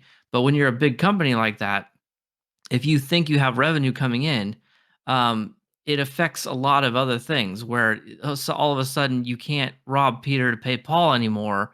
And then it has cascading effects where you owe money now that you didn't think you were going to have to owe. You're making interest payments on debts you didn't think you were going to have to pay, and the whole thing just kind of collapses like a house of cards.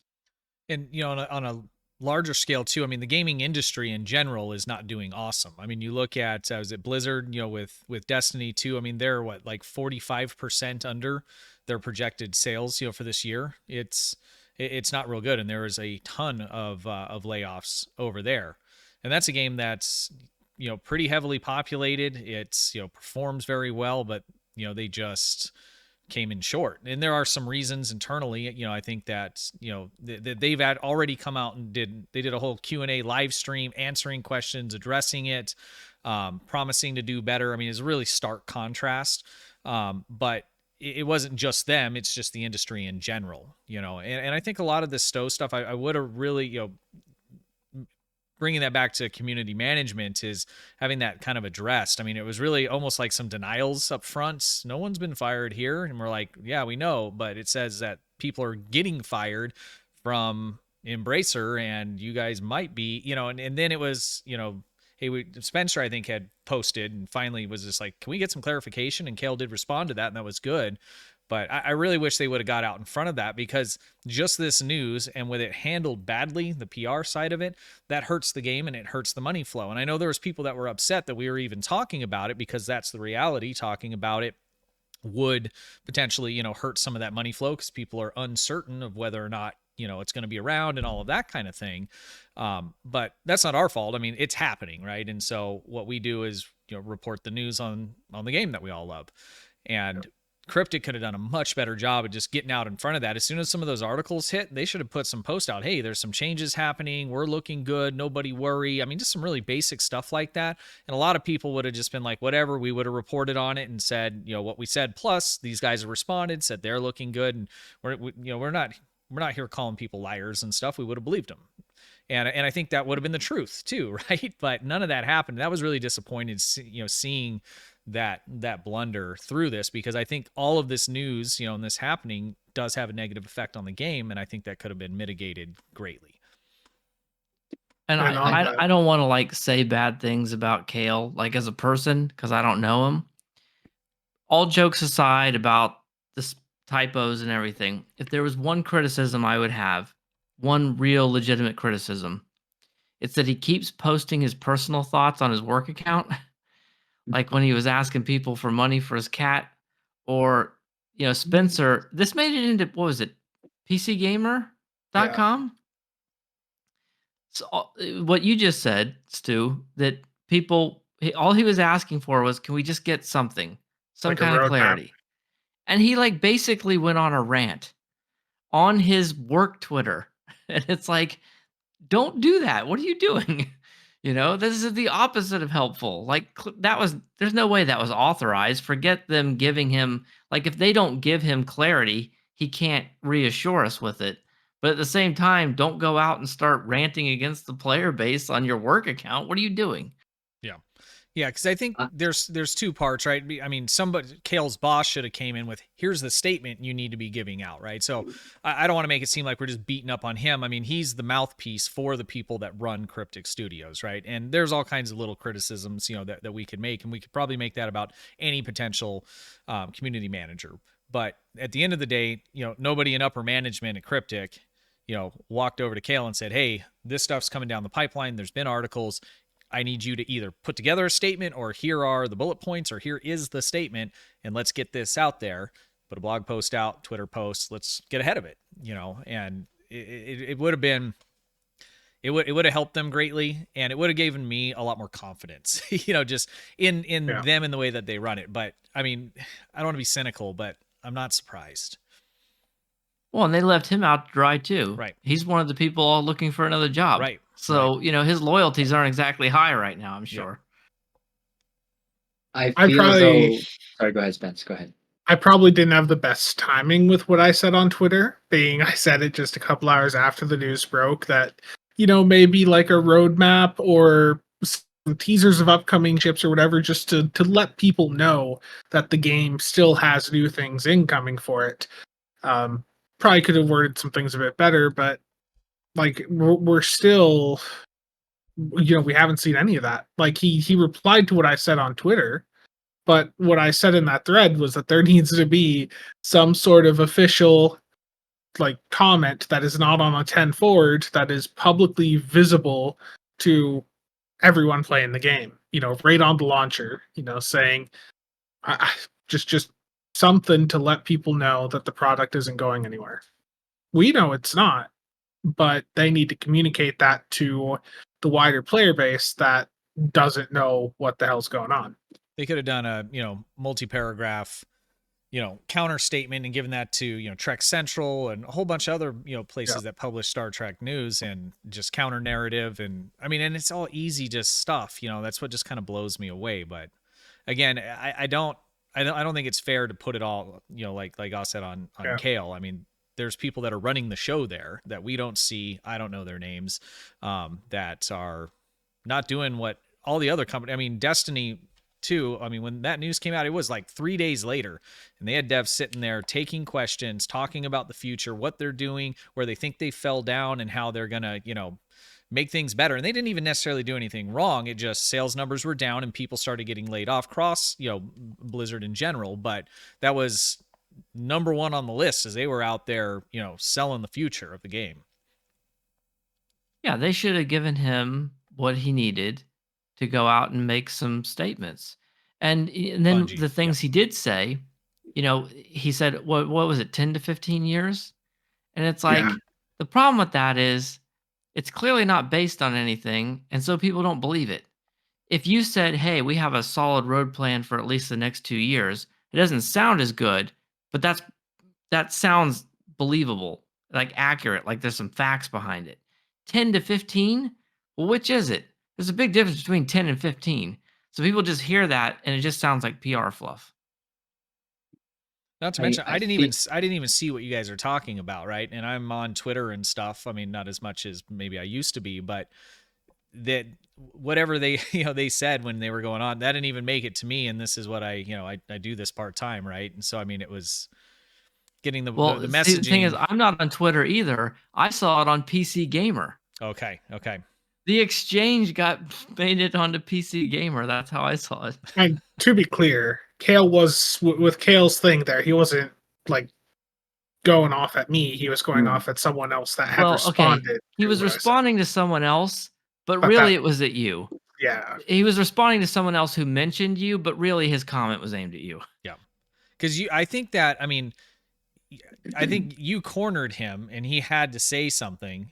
Yeah. But because in general, I mean, I haven't had any communication. I know Spencer hasn't, and I mean, it's been almost a year for me. I don't know what we did to piss them off, but there's, anyways. I just assumed they would shoot me on sight, so I don't know. Well, I think for that initial reaction, and I was just kind of thinking about it, and I was trying to place myself in their shoes. His response was, give us a minute. you know, they were seeing 12 people let go. They didn't know what was happening. And I feel that even if it was sort of, and it, don't get me wrong, what Stu said in terms of, you know, cut that off right at the head, get ahead of it. They weren't thinking of that. They were thinking about themselves, you know, and I would assume that not upper to give them an management. excuse. I would assume that upper management had a pretty good idea. Now, Kale, rank and file, probably not, right? But the people that run Mhm. Cryptic Studios, I'm pretty sure had an exact idea of what was going to be coming down the pipeline, right? Mhm. I mean, Cryptic Studios fired their own employees. I mean, Embracer Group didn't call employees in Cryptic Studios. So you're the Mhm. CEO or upper management, and you get that call. You're like, crap, we got to let these people go. This sucks. Let's go ahead and get, you know, some talking points together. Let's go and talk to these people, and that stuff all then happens, you know. So I mean, it was a surprise to the people that we interact with, but the people that did the firing knew before they did the firing. You know what I'm saying? Yeah. Mhm. No, you're right. I think could have been handled better. Definitely, 100%. Yeah. I don't envy Kale. Like I said, I mean, we No, can be a little nitpicky no. on him, but I think he's got a pretty crappy job, you know, where Well, he's actually got 4 jobs there. Right. Is Yeah. one thing too. Like That can't be Like- easy. no. he's the community manager for all 3 of their existing crazy. games, and also apparently the writer for Champions. So That's too much. That they are overworking him, and I think he likes the people he works with, but going back to what Goss said earlier, like I would not be surprised if as soon as he sees he's got an offer for somewhere that's less stressful, Bye. that he would take it for just the long-term career stability and for his sanity. And Stu, you were talking about it a bit earlier there about was it Destiny? Yeah. About how they thought their numbers weren't as They were That's good. 45% under projected for the year. you know when you said that, Which is I a lot. Yeah, it's No, a it's lot. it's a lot, but 8% so- layoff on their staff. And their staff's big. It- I mean, there's a lot of people. it is a lot. Now, what I was thinking when you said that, it literally brought me back memories of the last 2-3 years, 5 years actually, about being, you know, in real life salesman. It's always about the numbers. Yeah. Right. I think that their projections, they just got too greedy. There's a trend. Regardless, they always want to trend up, Yeah. right? They always want to trend up, but and they're 40 throwing the dart higher and higher. 45% though is big. Like their last 2 expansions did well. Their expansion before the last, Witch Queen, was excellent. People loved it. The last one was okay. It did all right. So I agree. I mean, they definitely had goals, I'm sure, that were higher than the year before. But 45%, I mean, that is massive. Which again, I felt like it was 3 years ago when my boss gave me the budget, and all the salesmen looked at each other going, "Are you kidding? Like, how are you going to predict?" And you and I would get this. How are you going to predict a car hitting a door? Yeah. You can't. But How do you predict newer people coming into STO and spending the amount of money that, you know, veteran players have spent? You can't. Quick side story, but when I worked in the defense industry, once a year they would pull the inside sales team and the application engineers in, and we would have to put together the goals for the following year. And the manager that ran the meeting, she literally had one of those black 8 balls that you would shake, and we would use it as we go through all the different clients, because it's ridiculous. No, you can't. And, you know, there's nothing wrong. Now the story. Now I'm not sure if they said it. Okay, so they were short 40 whatever percent it was, but how did that compare to last year at that time? Were they in terms of because you budgeted me to be X amount, but am I still at the same amount I was last year at this time? You know, I'm not sure if they kind of talked about that because they're at 48%, you know, below budget. Doesn't mean that they weren't making any money or making the same type of money that time last year. Yeah. That makes any sense, right? Yeah, and I wonder, I mean, what do you guys think? I mean, the overall economy sentiment, you know, doesn't feel real good. I mean, I know I went and, you know, picked up, you know, some juice and milk and stuff earlier today, and Oh, things are expensive, you know. It was and, actually. the last few months have been pretty good for me, you know, at my company, but the last, you know, probably 2 weeks, I mean, I'm seeing it, you know, kind of level off, and, you know, we're going in the holiday season, so that always, you know, has an effect. But in general, I mean, I think people also just might be, I know I'm making sure I'm just kind of saving my money. I'm not spending as much on video games in general. So I mean, I think, you know, we say the industry, you know, the video game industry is not doing as good, but I mean, we're starting to see that with the car industry and, you know, and other things like that. So I mean, I think a lot of what we're seeing is bad decisions, you know, like in the case of Embracer, but just overall, just economic activity just isn't as strong right now either. Well, this is going to sound really, really horrible, but if you're all you care about is the future of STO, one bright spot is that a lot of these games rely on gambling from people on fixed incomes Yeah. who can't really afford it. And the thing about fixed incomes is that they don't really go anywhere. That's the whole point of a fixed income. So this game has some of the most loyal whales probably in the industry. And these people spending their social security checks or whatever it is, I feel like that's probably not in too much jeopardy, right? The kind of people who are wailing out on this game probably aren't going to stop. They don't have any other game that would pull them away because there is no other game like this. If you love Star Trek or you just love this game, this is it. And if you've been wailing out on it for years and you're on a fixed income, you're not stopping, right? So I think that it's probably going to be pretty stable, all things considered, despite all these other things that are going on. I think the only thing that would take STO out would be another Star Trek game from a different studio that's got similar combat mechanics. That's an MMO on top of that. Right. Or some kind of a game that would have like consistent updates and have like a live service, you know. Yeah. Yeah, my wife the Admiral made a comment earlier how expensive it was. And you know, I think you mentioned it, Stuart, for your business, but here in the garage door industry here, because now we're going into the winter season and it's the tail end of the fall, a lot of the property managers and or businesses out there need to spend whatever little budget they have left so that gets renewed for the same amount and or more next year. For me, and I'll say this, like I underestimated that company that I work for now. It is actually the busiest I've ever been. Like I'm starting off next year, if what I was told was correct with the deal with Walmart, already of a $250,000 project for them. That I've never had that big of a start, and that's already gonna be like February, April.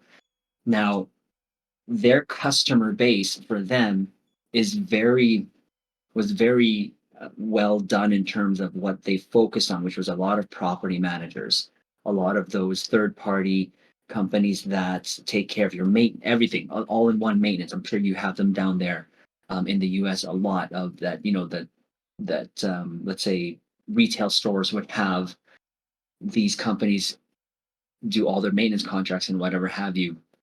Those they have really a good hold on that. But regardless, going into for me here, the last quarter of the year is the busiest for us. Where it tapers off for us is January, February. But regardless, economy wise here, yeah, no, it has been just going like this. You know, it's the grocery bill. I see her buying less stuff and it's still costing about the same amount that she's been spending, and it's insane. And I'm sure what's happening around the world is not helping.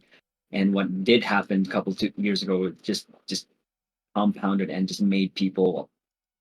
The word greedy comes to mind for me. Yeah, I think though, you know, to bring it back to STO is that when we, you know, take all of this into account, right? Economy, you know, the pandemic, you know, all the different things that we're seeing, you know, and we look at, you know, these other games, the industry in general. I think STO's doing okay. Mm-hmm. Yeah, and inflation has been really bad. It's not likely to get. I mean, they've been doing their best with the interest rate hikes, but you know that cuts into people's discretionary spending. And at the end of the day, video games are discretionary spending. So, these kinds of industries get hit pretty hard by that kind of thing. I've had a mini heart attack there. I think STO's going to be around for a while, and I think you're going to be able to buy my Isomags off the exchange for the foreseeable future. Oh, he beat you to that one, Goss. You lost that one advertisement slot. It's true. there. Yeah, it's true.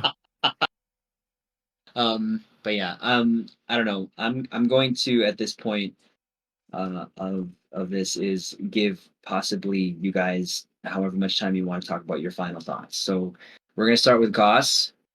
Anything else you want to bring up?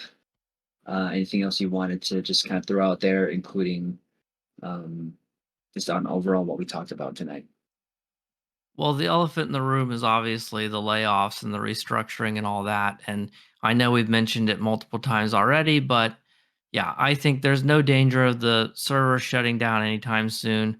As far as active development, it still is a little up in the air. There's a lot of things that could disrupt it.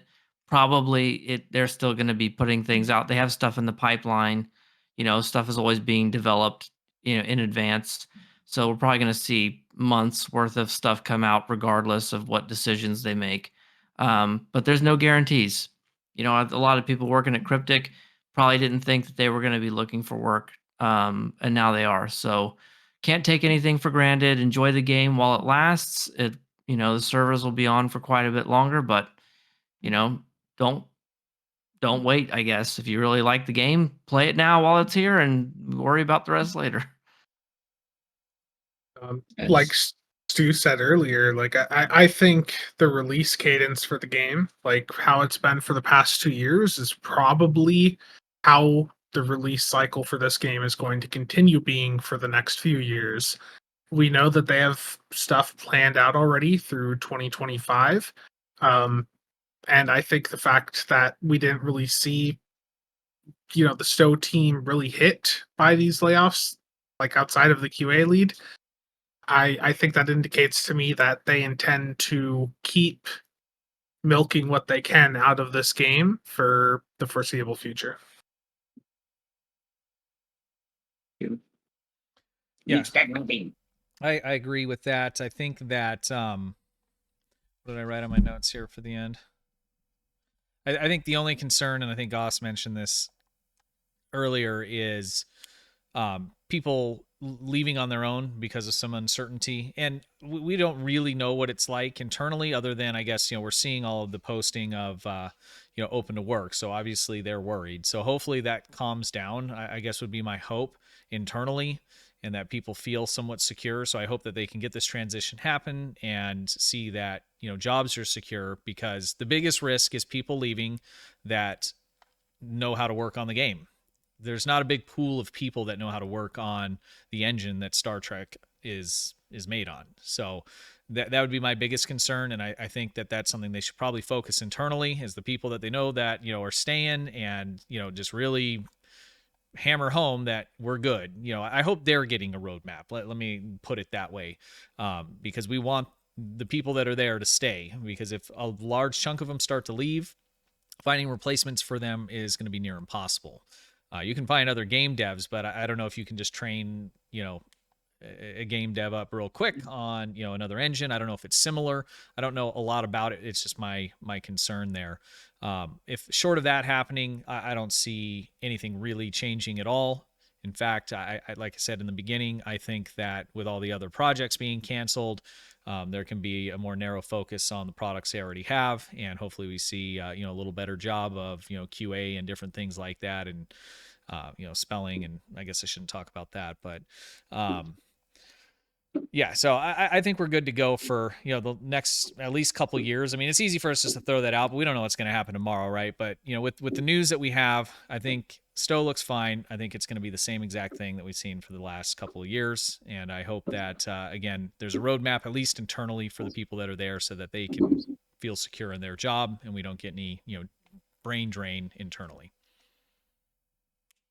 Yeah, no, hearing, like I said there, almost there at the beginning, I wanted to hear what you guys had to say, and for me, I really hope that I would love to play this game until I'm in my 50s. I mean, I'm 42 right now. And yes, I can still run circles around you, Nick. Just saying. But having said that, I really do enjoy the time that I, play Star Trek Online. And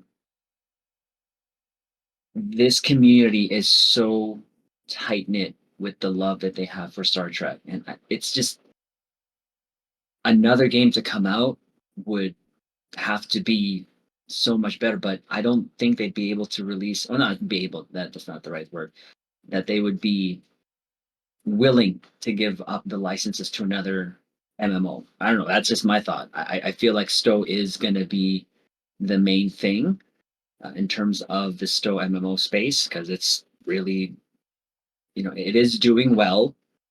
I would love to hear more from the devs. It would be nice if they would tell us, hey, so this is what is going on, because a roadmap would ease, a lot of people's, I don't want to say fears, but just maybe anxiety in terms of what is coming up. And I felt like that tweet from Kale and Thomas was sort of what a little bit of that, right? Just saying, oh, hey, there's a great chip coming up, right? And again, what is one of the things that whenever they stream that gets the most viewers? When there's a new ship, right? And there's still a bunch of ships out there that they can bring to STO. But for me, I know myself that pretty much all of us will keep playing STO as long as they keep the servers on. And I really do hope that they come up with a plan of what's next. How that looks like, I have no idea, right? When it comes to their business and stuff and what they have to keep making and to keep them going. But we all know how business works. If they don't make money, they need to shut the lights off, right? And the next day could be pretty much anything could happen. Like something could happen to servers on Boston, not, but they only have like one place, right? So I want in the next couple of years for them to really work on expanding their infrastructure, getting the right people or keeping the right people in place. Jonathan has been such a breath of fresh air, I feel, for me personally. I don't think I've been really giving him this, a little bit of a side eye going, what he said. He kind of knows, it sounds like he knows what he's doing. And I feel like he's done a really great job. If not, maybe even gonna be lying here, maybe even better than Bordicus in terms of when he's been on, it just felt like he's been more engaged with the community than Bort has. Again, nothing against him, right? Bort, if I'm not right, Bort was one of the initial original Stokecasters, right? If I'm not mistaken, and Cryptic took him on. So Cryptic, you got 4 people here. Just saying. You could use. Maybe throw a line out. I don't know. Especially the one below me. That guy right there with the cheeks. He's he could help you out greatly. But before we wrap up, I know there's something that Triz in the cheeks. No, not my cheeks. Spencer's. Wow. Spencer's. Combo, both of you. No, whoa. Yeah, it's the combo. It's Triz and the cheeks. That's the not in the cheeks. Not my cheeks. Oh, wait, what? I was just clarifying. No, oh God. I don't know what to say right now. Let's not. Okay. new highest rated show on TV. No. Future projects. The last thing I kind of want to also push out there, Goss. Well, I'm diversifying some. I'm still going to do STO content. But I've been doing Infinity. I'm going to do Resurgence. I'm going to do other Trek games. I have a documentary I'm working on about the first ever Star Trek game. So still keeping it roughly Star Trek. Maybe some Stellaris. I am branching out more, but still going to do Star Trek content and Star Trek Online. Spence? For me, I just started up a resource or currency series. The first video I put out last week. Going to continue trying to get out like a video a week for that if possible. And obviously, doing like stats breakdowns, things like that, as new ships come out. So I'll have one out this Wednesday for whatever they announce on 10 Forward. Then I have a couple reviews I want to get caught up on, but I don't know exactly when I'm gonna be getting around to that. Fair enough. Instead, you kind of mentioned earlier you were in kind of a limbo place right now, but Yeah. So my goal right now is to do a video a month if I can. So what's next up is I was putting together a 3-part ISOMag series. So the first one's how to farm all the gear. We're going to talk about crafting in the next one. And then I also have a Connie 3 that was given to me, and I'm going to do a build video on that. It's going to be not necessarily a build video for the Connie 3, but more for a particular build methodology. So that's how I try and position my videos, because everybody's got different ships. I mean, how many ships are in the game? So making individual build videos per ships are tough. So anyways, those two are what I'll have coming out over the next couple weeks. And then once I get my upgraded internet, I'll probably start doing some live streams again. That'll probably be once a month, and that'll be in the next like 4 or 5 weeks. But until I'm back on, a 1 a week cadence for videos, that'll probably be a good, 4 or 5 months once my house is built. I might make some videos. I might make some videos on building the house, because I'm going to be doing a lot of it myself. So we'll see how that plays with the STO community. That would be great. I think to see the new. Is your setup still going to be in a garage, in the 3-car garage you had going on there? Oh, no. So man caves. Yeah. So I'm going to meet with the architect later this week. So the initial drawings that I've drawn up have my wife and myself with our own studio rooms, basically. Oh, that's cool. That's very cool. Nice. That was nice. Also want to mention I'm going to have an expose video coming out here sometime soon. I put the thumbnail in our group chat. Does it start with Tholian? Bruh. Stop it. No, that's not. No, please, Lord. Guys, it has been great to do this again. I know that it has been a year. I believe that we could hopefully do this on a regular basis. How regular, I don't know. But again, it felt like this was a great time to obviously do this and talk about what Goss said, the elephant in the room when it comes to all this stuff that's happening. But again, the next big stuff I think we should look out for is the next anniversary, right? I guess. Well, no. Well, sorry, winter event. We got one more event. At least the end of this year, we got one more event, which is the feast. If I'm not mistaken. We got the winter event, and then of course after that, which I see, I know that brings a lot of people back, is the anniversary, and I'm looking forward to that. So, yeah, go ahead. Go ahead. There is something else. What's that? ISOMAX?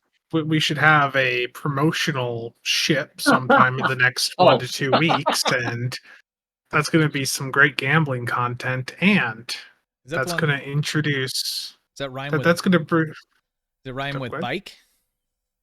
Yes, you're good, good. But it's also going to introduce some more supply for ISOMAGs into the market, which means it's a good opportunity for us to acquire large quantities of the ISOMAG components to sell later on. I don't know how. I count 7 between you and Goss. That's like a 7 promos there for the ISOMAGs, but I think we'll call it here, unless you guys had something to add more to. But it's been great to get back to this, because just discussing all this, and of course seeing all the comments there.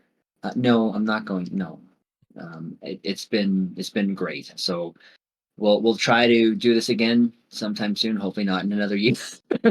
But if any other major developments, of course, come up, I think usually Goss and/or I put out the GIF in the chat there with the Avengers Assemble or something that we put out there.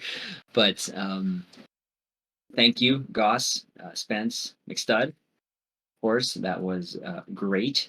There's something we need you to do. Chat is requesting that you go and pick up the Enterprise J to show us that you haven't destroyed it. So have a good night, everyone. We love you all. Your Make stream is sure that you. kinda cutting out. I don't.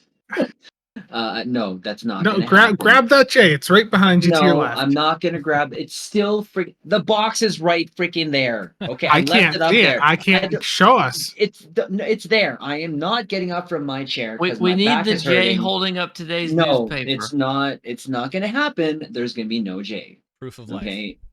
All No, right. it's there. I promise. I Thank you promise guys for having me. I had a great Mhm. time. I have to be awake in 4 hours to go to work. So Oh my gosh. Yeah, I gotta be up McStud. early. But yeah, we'll call it here with you guys. Thank you, McStud, Good night. Goss, and Thank you. Spencer. You guys have Good a night. great night. We will see ya.